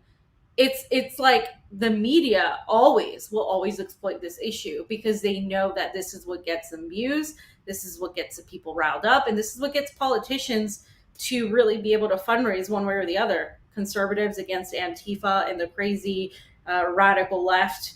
And then, of course, liberals against it's the radical fascists. Blah, blah, blah, the fascist, right wing that doesn't care about people, blah, blah, blah. So you have these two sides, and that's why you see the media exploit. Is it distraction against Russia and Ukraine? Not. It's distraction against what literally is happening in the United States and abroad. It's a distraction against really who's the culprit here. It's not just a distraction against Russia and Ukraine. People don't even care about Russia and Ukraine in the United States. You can tell me more. They don't give a fuck. Like people, the money is going directly to the Azov battalion and Nazis. So these people are out there. Where's the protest against the money for the Azov battalion, right? Where's the protest against this money for Nazis? Like that's not real because it's not happening in the United States. So people see it as a separation. But what people need to understand is there's no separation. The most oppressed right now in that region is the people of the Donbass. You just went there. Where's the money for that? You know what I'm saying? Like, ethnic Russians, just because they're ethnic Russians, why should their life, be less looked upon or cared after? Because Ukraine needs us, fam. All right. Because Ukraine needs us. So let's play the rest of this here. There's more to come for this. So, fam, just pay attention to this. It gets better. Watch. As they drag America and the world into World War III. This is a distraction, in my opinion. CNN hyped this video like they were hyping the Super Bowl.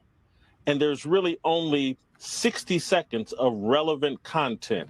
You show the police misconduct from overhead as they brutalize this man and make it clear this is an open and shut case and the guys are going to be convicted, and we move on.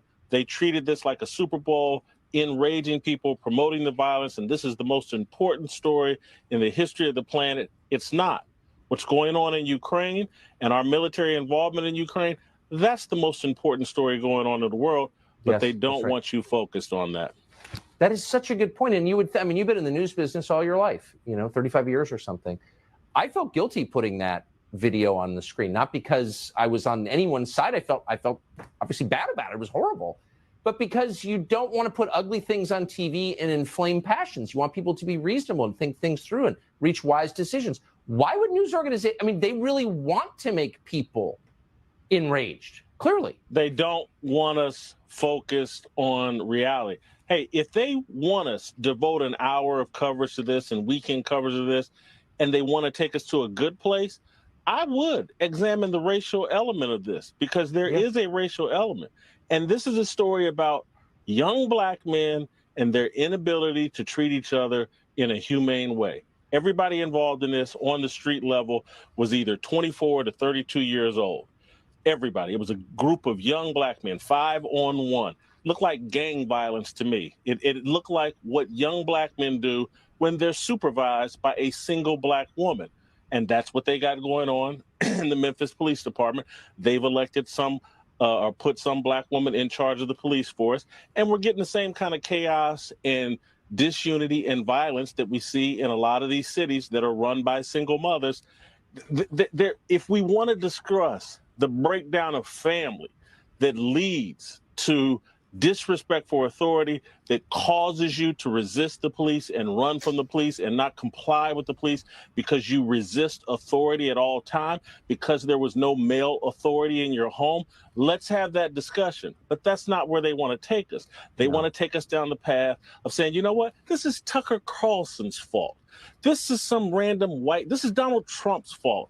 It's not. It's the breakdown of family and the buying in to all these left-wing things that have nothing to do with promoting family.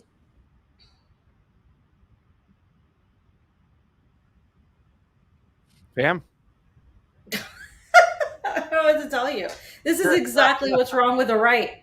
Like, they say a couple of good things and then they pull something completely irrelevant out of their ass.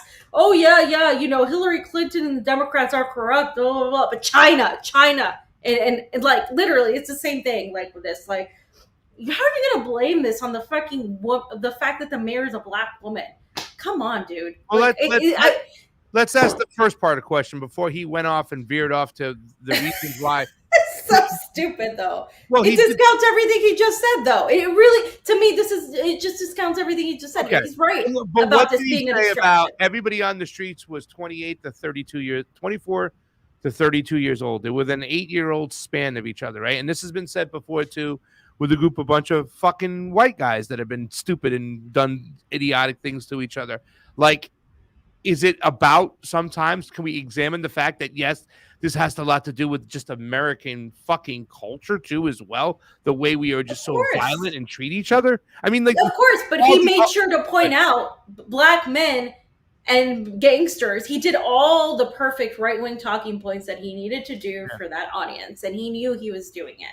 He was literally going on every single gang violence, ding, a Black woman being in charge of the police department, ding, single family. How do you know they come from single families? How do you know? How are you making such a broad assertion? Like, and then in that case, doesn't that reflect over half of the American population who comes from a divorced family? Like, it's just their talking points. It's red meat for that part of the audience. Now, what he said about this being a distraction in the media using it, yeah, of course, absolutely, that's true.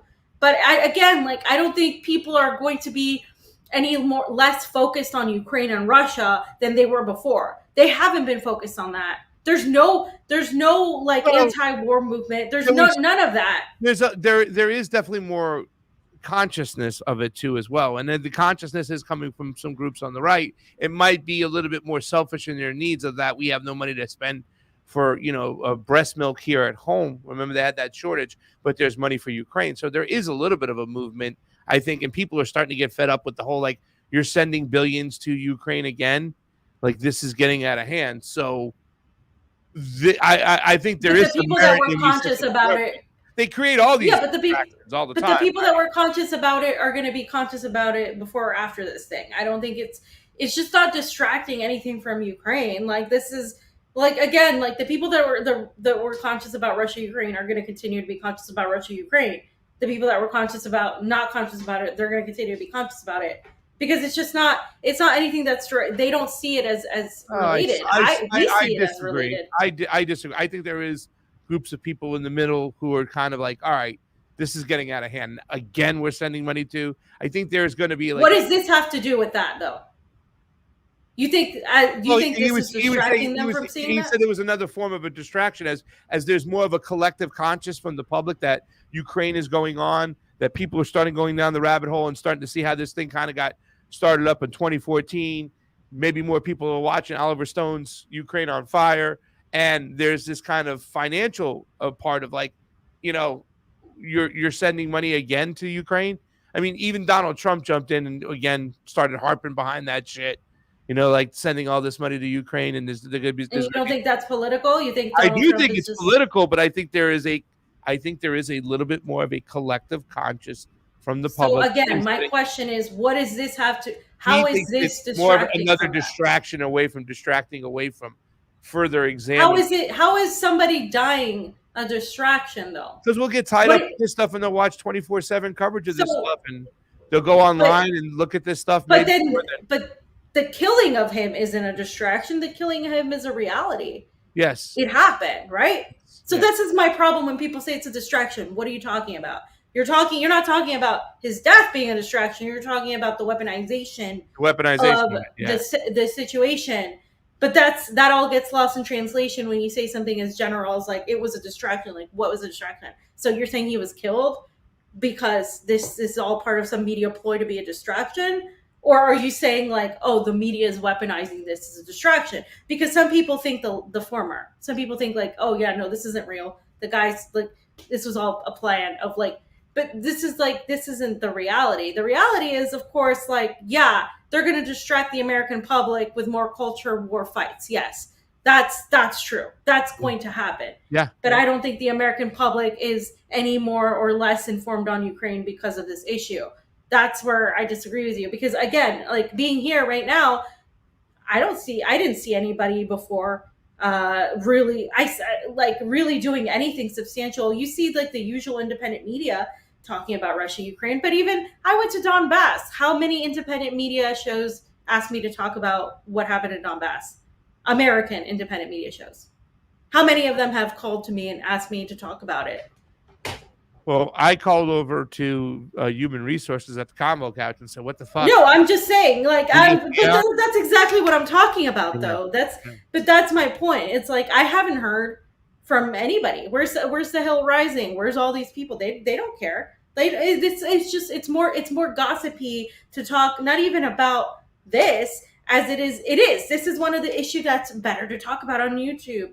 Ooh, the squad. Ooh, some feud on YouTube. This is like Facebook friendly stuff. That's what's more exciting to talk about. It's not like Russia, Ukraine is just like not something on people's radar. And I just don't think this makes a difference. I do think I see the point of like the distraction of like, but that doesn't mean that people shouldn't be allowed to protest. It doesn't mean people shouldn't be allowed to, show whatever that they're upset about. I just think the anger is misaligned. Like it's not really pointed at the right people. I think the anger should be pointed at everybody should be protesting. It shouldn't be the usual BLM people. It should be everybody. Why are police killing people? Why is this happening? Why are we bringing our foreign policy home and killing a bunch of people at home too? Why aren't we protesting against, weapons, sending weapons to Ukraine? Why aren't we doing this? That should be the call. That should be what people are protesting, but they're not protesting that. Instead, they're busy blaming Democrats and Republicans simultaneously because that's what gets the most views and that's what gets everybody riled up. Fam, I don't even know if I wanted to show this here, but this is Boyce Watkins. Just because I see this take two as well. Uncomfortable Truth, if this were a rap group who made a banging song about a dude they jumped and shot up for his dope money, their album would be number one hit. It would be a number one hit and played on the radio stations across the country. Ain't that some shit? And they do the Tyre Nichols and they show the gentleman in blue and whatnot. I hate that angle and I see that shit a lot.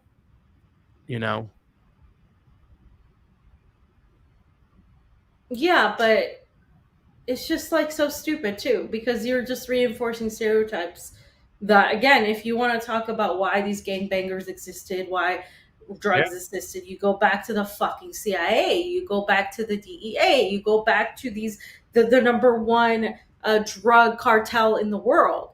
Like, you can't, like, this is my issue. It's the same way when people talk about immigration or people talk about this stuff, it's like you can't pretend that the government isn't involved in this sort of stuff.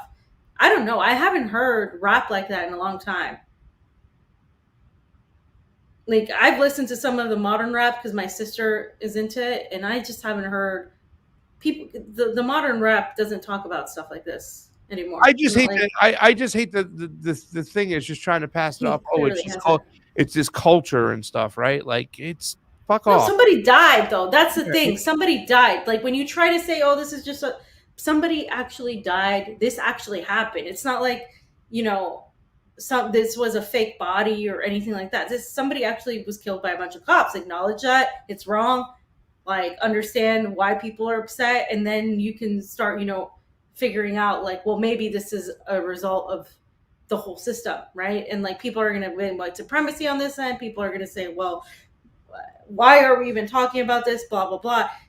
But it almost feels like they don't want to talk about it. It almost feels like the right doesn't want to go after, like, oh yeah, the cops, this guy was saying, he's like, oh yeah, they're gonna get, they're gonna get full punishment. They committed that. You saw the cops, what did he say? Like, hurting this guy, hitting this guy. They didn't just hit him, they fucking killed him.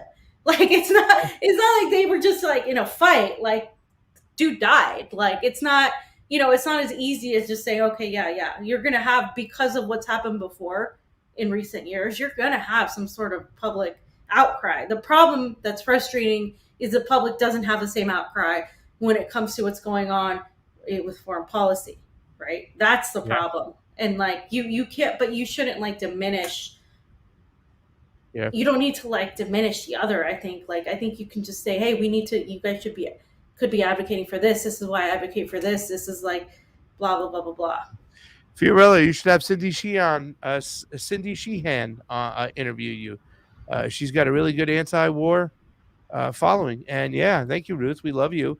And speaking of, because this next clip, look at this tweet. When you see Black American police officers with body cams doing this to another Black American, you can get an idea about what the U.S. military have done in Iraq, Afghanistan, and other countries around the world. Yes. Yes. Oh my God, finally. Yes. Finally, Jesus Christ. Somebody with a fucking brain cell. Jim, you got to let me get there. I have a method to my madness, and I was getting there, and this is like what the U.S. military does for breakfast on a Saturday. Yeah. Literally. We're about to celebrate the 20 years since the illegal invasion of Iraq.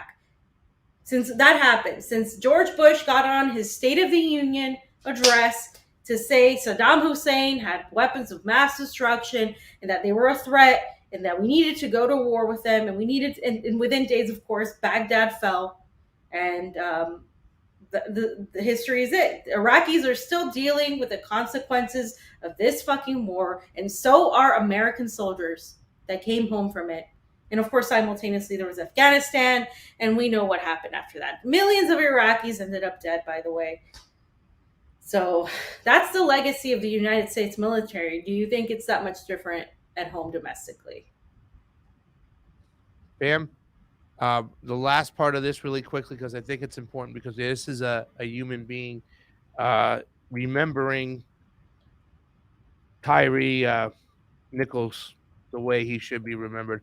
I'm just writing this up real quick. I have it up here. Remembering Tyre Nichols. Let's play little videos of this young man, because I think we sometimes, when things get so politicized and team sports comes into play, people forget about there's a human being. Like I said, it might be exploited. They might try to use this in part of the news cycle, distract you from other news they don't want you to get into. But it's not a distraction when it's a human being and their life has been taken. Tyre Nichols giving a young girl a flower at Sacramento skate park. His friend Desmond Sinclair says this picture sums up Tyre. Always the first one to make you feel welcome, protected the kids, and was always hyping you up as you learned a new trick. A beautiful soul. And that's Tyre Nichols. Yeah, I mean, a life was lost. At the end of the day, however, the media, politicians, and a bunch of activists on either end want to politicize this, a life was lost. And it shouldn't have been lost because it was lost to a system, a violent system that exports the violence and imports it as well on its own citizens. You are the enemy here. Don't mistake. Who else would be the enemy? If this is a class struggle here, what we're talking about, the predator class, you are the enemy of that class because you are the people that they have to make sure don't get out of control and take away their lifestyle. And who enforces that? It's the police. Who enforces that abroad? State Department, CIA, etc., military. So, I mean, there's no separation. And I don't want to take too long to go over this stuff. So just real quick. You have one more. Tyre Nichols, 29 years old, was a dad to a 4-year-old son. He loved to photograph sunsets and skateboard, and he had a passion since he was a little boy. He was a skateboarder. If you want to share a video, share this one. It's how his family wants him to be remembered. Really last quick one, and we'll get off the section.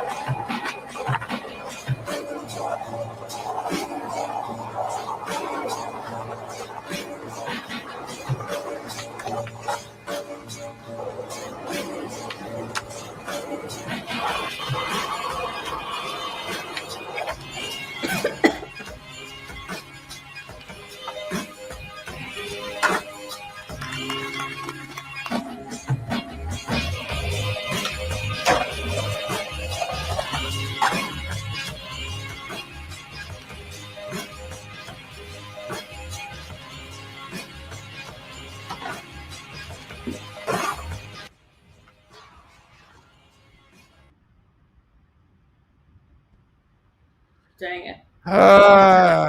It does. There was just this one too, fam, and I just wanted this one right here because it's important because he always had a smile on his face, they said. And just take a look at this one real quick. He didn't have a negative bone in his body, like at all. Energetic, outgoing, funny, goofy, always had a smile on his face. He could have gave him the name Cheeseburger.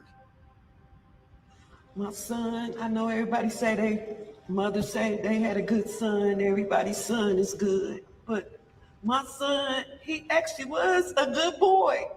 My son loved me to death. And I know that was a bad word, but that's how he felt. Yes, ma'am. He had my name tattooed on his arm, and that made me proud because most kids don't put their mom's name, but he did. On a Saturday, my son would wake up, he'd go to Shelby Farms because he liked to skateboard.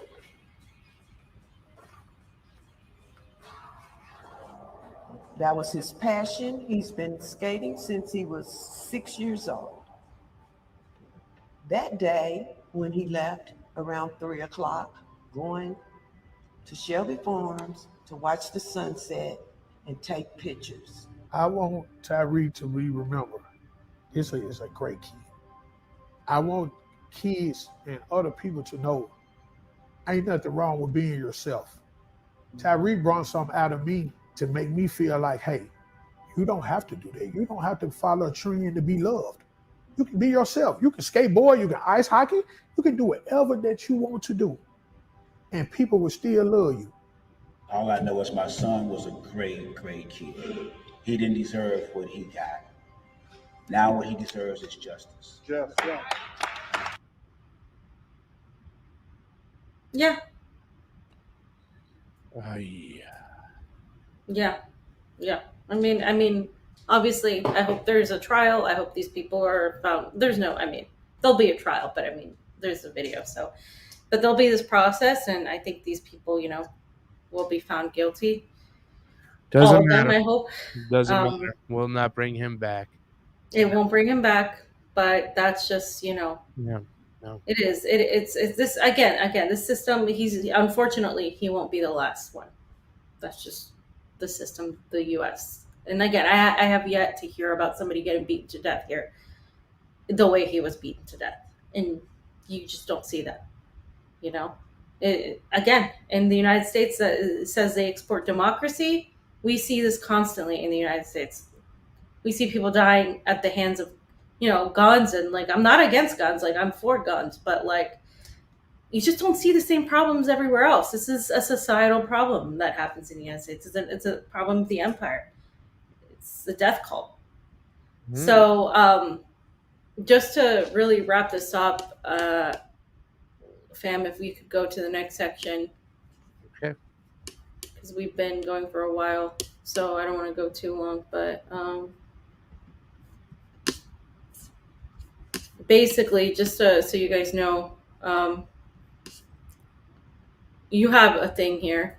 Oh no, you added something. No, it's okay. Yeah.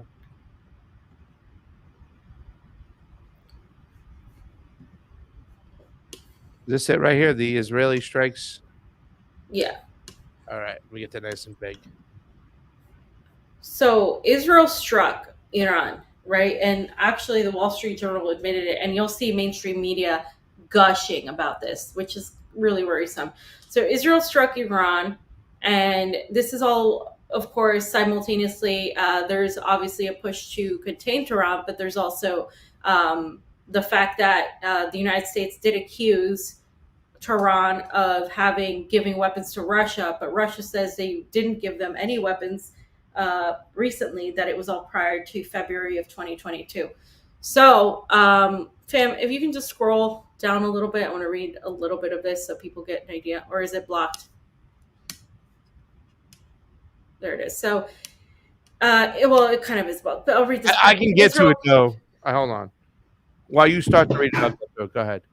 Okay, so Israel carried out a drone strike, and this was targeting this defense compound in Iran. And this is as the U.S. and Israel were looking for ways to contain Tehran's nuclear and military ambitions. And like I said, this is because of what's going on with Ukraine.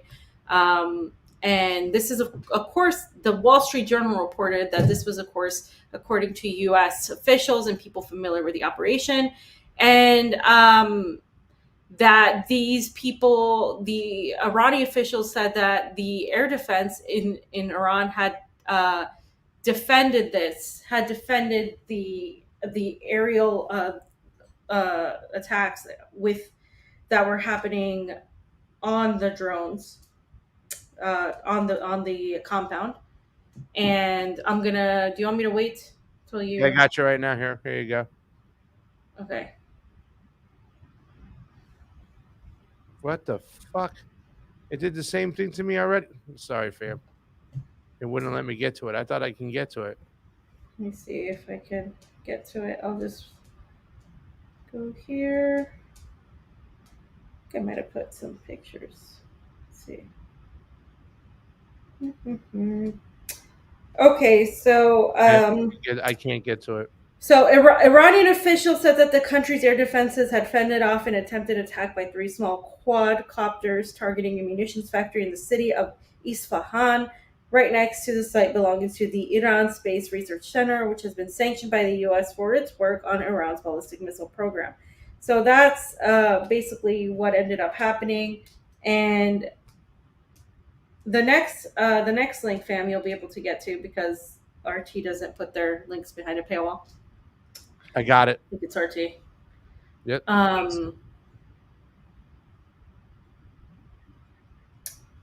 So basically, the United States has denied involvement. Russia has condemned it, and they denounced that this happened, right? And so this is coming from the Russian Foreign Ministry. They condemned the attack on this facility. And if you just scroll down, that's Maria Zakharova. They said that this could lead to greater tension and unpredictable consequences for the Middle East. This is what Maria Zakharova said today on Monday. Iranian officials said on Sunday morning that the country's air defense forces had foiled a raid on the facility. And this is what Zakharova said. We strongly condemn any provocative action that could lead to an uncontrolled escalation of tensions in an already volatile region. And such destructive actions can have unpredictable consequences for peace and stability in the Middle East. She said that the risk should be understood by those behind the attack as well as those who cheer on with the futile hope of weakening Iran. So again, the United States has said that they're not involved.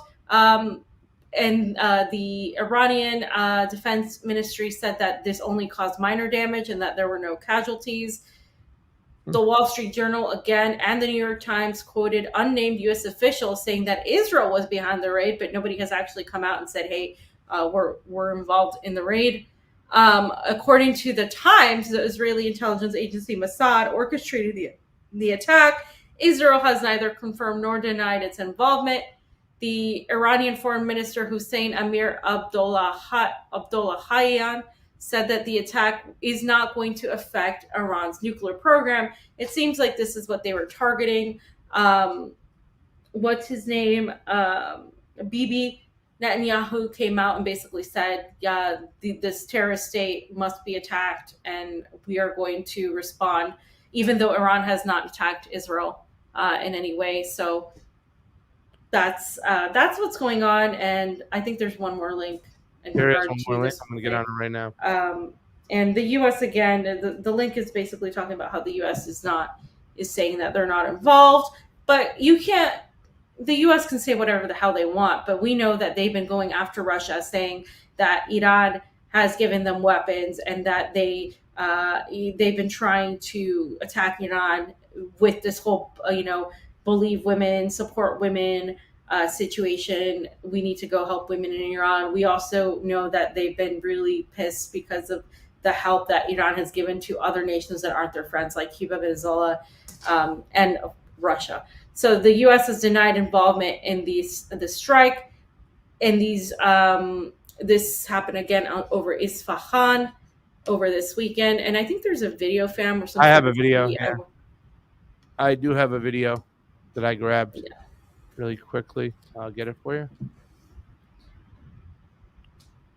Do you think it was fam Israel or the U.S. or together? I think it was Israel, but I think the U.S. absolutely 100% knew about it, and if not, was entirely on board with it. Well, this I just don't Ratanzi, by the way, I have it. It says multiple reports suspected NATO-linked drone attack on Isfahan, Iran, involving several explosives and Iran Defense Ministry facilities. Take a look.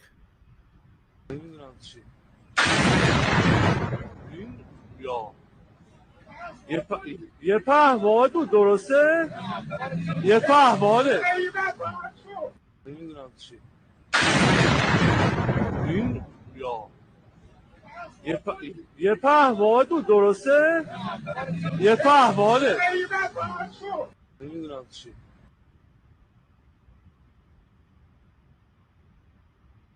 And we also have this, though, too, as well. The U.S.-Israel conclude the largest ever joint military exercises aimed at Iran. Yep. There were some joint exercises that were going on over the weekend, fam. It was kind of crazy, too, as well. People were taking pictures outside of New York where a bunch of freaking bombers were flying up above and whatnot. So I don't know if they were doing these joint exercises, where they were doing exactly. It says they launched these drills Monday and involved 140 aircraft and nearly 8,000 troops from both militaries. The massive show of force was clearly a provocation towards Iran, despite claims of and U.S. officials that it wasn't aimed at any one country. The U.S. command in Israel's defense forces concluded Juniper Oak 23.2. Fam, what a cute name. The largest U.S.-Israel partnered exercise in history. U.S. Central Command said in a press relief, and you can see here the drills. Look at the size. The B-52s, F-35s, F-15s, fam, F-16s, the ones that freaking Zelensky wants, F-18s, AC-130s, AH-64Ss, 12 naval assets, high-mobility rocket artillery systems, multiple launch rocket systems, a mix of jet fighters, and long-range bombers, fam. U.S. and Israel fighter jets fly alongside. Look at that. Yeah, so like I've said before, and more in politics, there's no such thing as coincidence. So the U.S. and Israel were conducting drills. You also have the fact that Israel has been insisting that Iran wants to develop and acquire nuclear weapons, more nuclear weapons. And Israel has, or Iran has denied that. And that is, of course, coming on. All of this that just happened, the drone attack, is coming on the backside of this, right? Like, they've been going after Iran for the Ukraine-Russia situation. They've been saying that Iran is supplying Russia. They're conducting drills. This is not like it's naive to think that the U.S. is not involved in this. I mean, that they're not going to know, that the Pentagon isn't going to know. They've said, "Oh, we're not involved," and then they decided to not say anything else. This was a Pentagon spokesperson that spoke to Reuters, and it was Patrick Ryder is his name, and he claimed that no U.S. military forces took part, but didn't say anything further about the incident. So, yeah, if it looks like a duck, if it quacks like a duck, fam, I'm sure there's an explanation this time. It's almost like the COVID stuff, right? Like, big pharma, like, is usually bad, always bad, kills people, uses humans as experiments, but this time they're right, so you have to listen to them. I mean, this time they're trying to help you. Yeah, what idiot said that? You go find out for yourself which donkey said that. Hey, fans, yeah. Look what I got. Somebody gave me this. What is that? The fans will know. Why can't you see it? Why is it blurry? Fam, put the Z down. Stop. What? Let's get to this last section really quickly. Fam, is World War III... What's the title? Is World War III... Are we on the path towards World War III? I want to say... So. Yeah. Yes, it is. Air Force General tells his officers war with China is only 2 years away. In recent years, there have been at least a handful of high-ranking U.S. military commanders, fam, which in some form of a fashion have sounded the alarm over a coming war with China.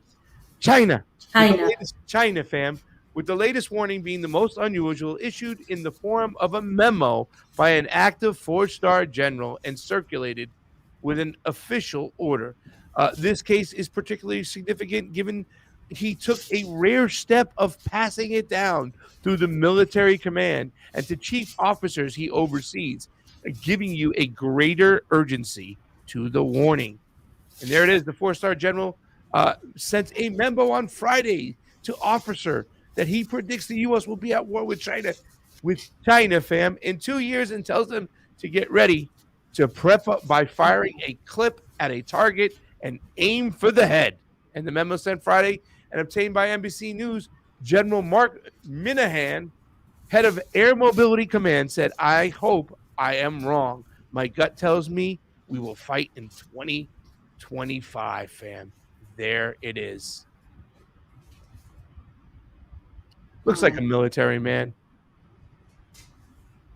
Fam, your thoughts? A memo.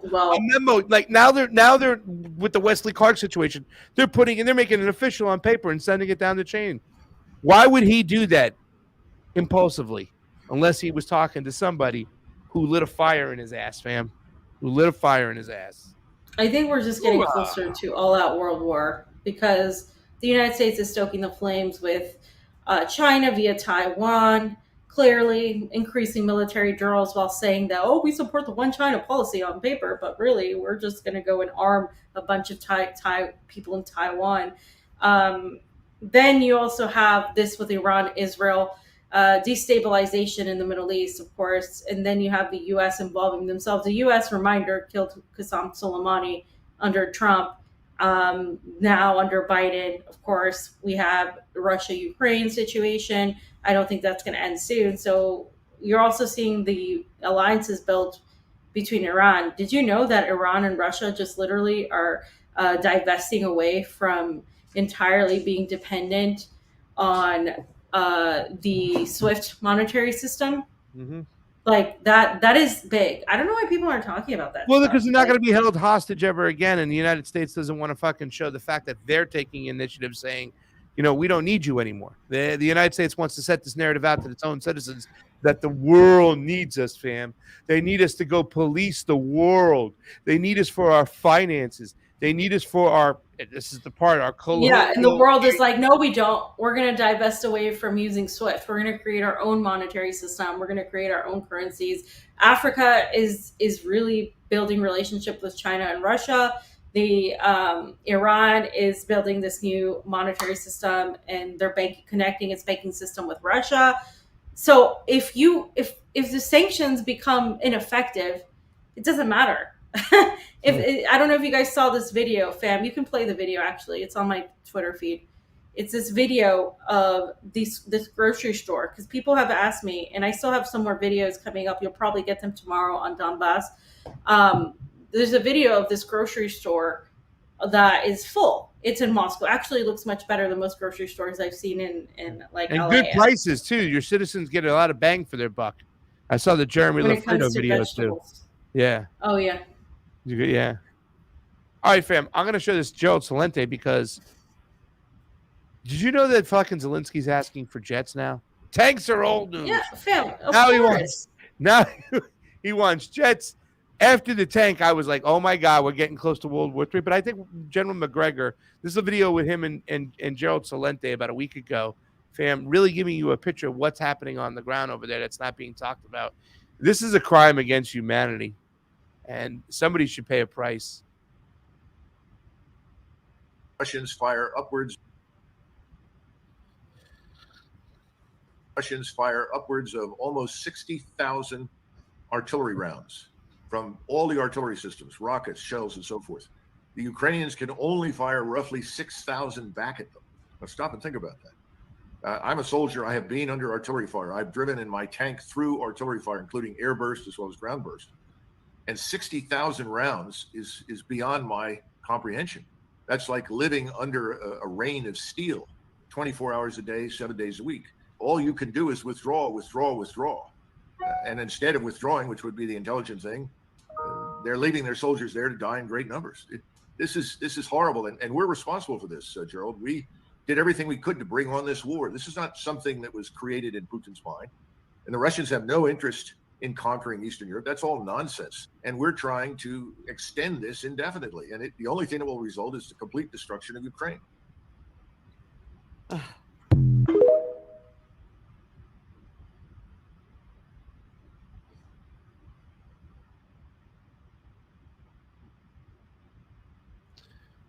Fam, General McGregor says that the Ukrainians have already lost almost 3 times the number of dead that we did in our last 9 months of Vietnam, 157,000. And I think he talked about the Russians' deaths around 24,000, right around there.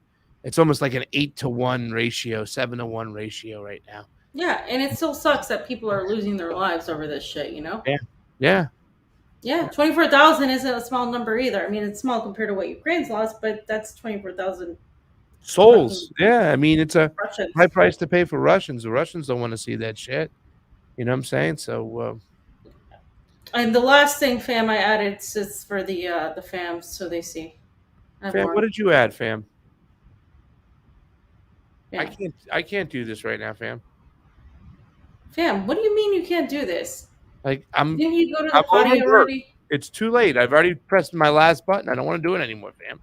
I'm tired. I'm overworked. I want to raise. You're being ridiculous. Fam, I want to raise. All right. What do we got here? I said breaking. Western media reports empty shelves in Moscow due to sanctions. Damn, that looks empty. Let's take a look. Empty shelves. Empty shelves. Look at all those empty shelves, fam. Do you see them?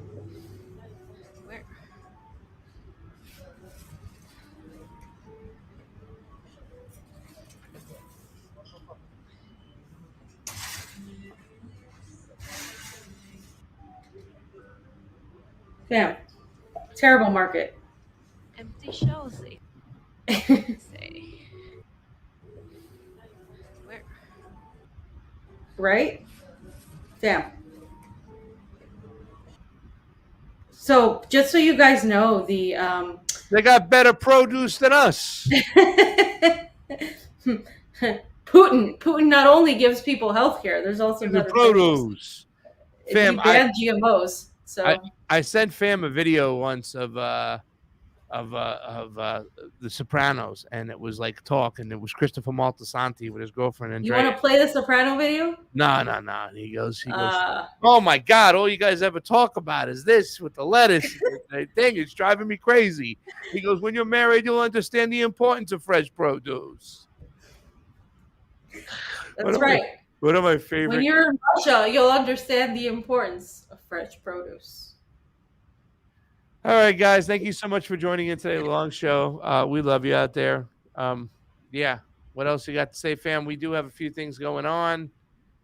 We do have the Cuba quest coming on up, fam. We got to go to Cuba. And if anybody wants to help out, of course, they can go to givesendgo.com/the combo in Cuba.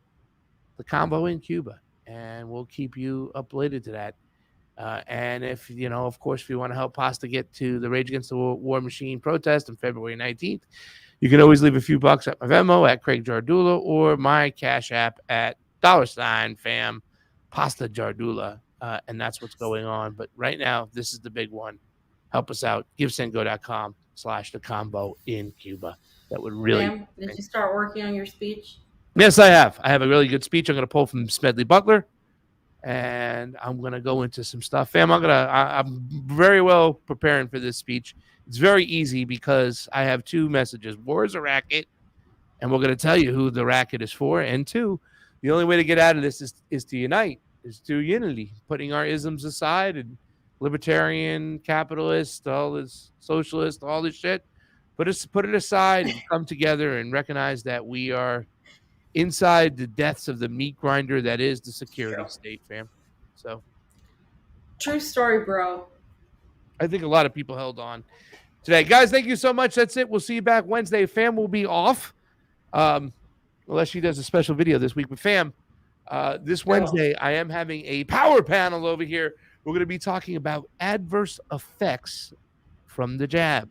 Jimmy, and I'm assuming that's going to be Wednesday at 11. Not on YouTube. Maybe. Probably. Maybe you could do like a teaser and then go on over. Yeah. But it's Dr. Pierre Corey, Jimmy Dore, and whistleblower Brooke Jackson. Those three tomorrow will be awesome. It's an awesome panel, and I'll be hosting that one. Wednesday. On Wednesday. Sorry. Thank you. On Friday, Connor Freeman from antiwar.com. And this Friday, day fam, Scott Ritter's going to come on the morning show. So we got that going on. T-Lev Tuesday, Whitney Webb. So loaded week with all the shows. We're completely booked out. Jennifer Thorne, on Thursday did this movie Anecdotals. If you haven't checked it out, please go check it out. She was on Jimmy Dore too last week. So she'll be on the morning show on Thursday. It's just a loaded week. Kurt Metzger, Texas Slim on Wednesday. Fun stuff, fam. Sweet. When will we you see should bring Kurt on our show so I can argue with him. I'll bring Kurt Metzger on the show if you want, fam. So I'll get him next week so you can beat him up. He's a libertarian, right? No, not at all. No. Oh, I thought he was a libertarian. See, fam, you don't even know what you're talking about. You're going after Kurt. No, he said something. He's an ex-Jehovah's Witness, and you're holding it against him. It's very fucking. Oh, it's unbelievable. I don't really like the Jehovah's Witnesses, but they're a little pushy for me. He's an ex-Jehovah's Witness. Hold on. All right. Well. All right. Have fun with Whitney tomorrow. Yep. And look out for some videos from me. I'll be posting.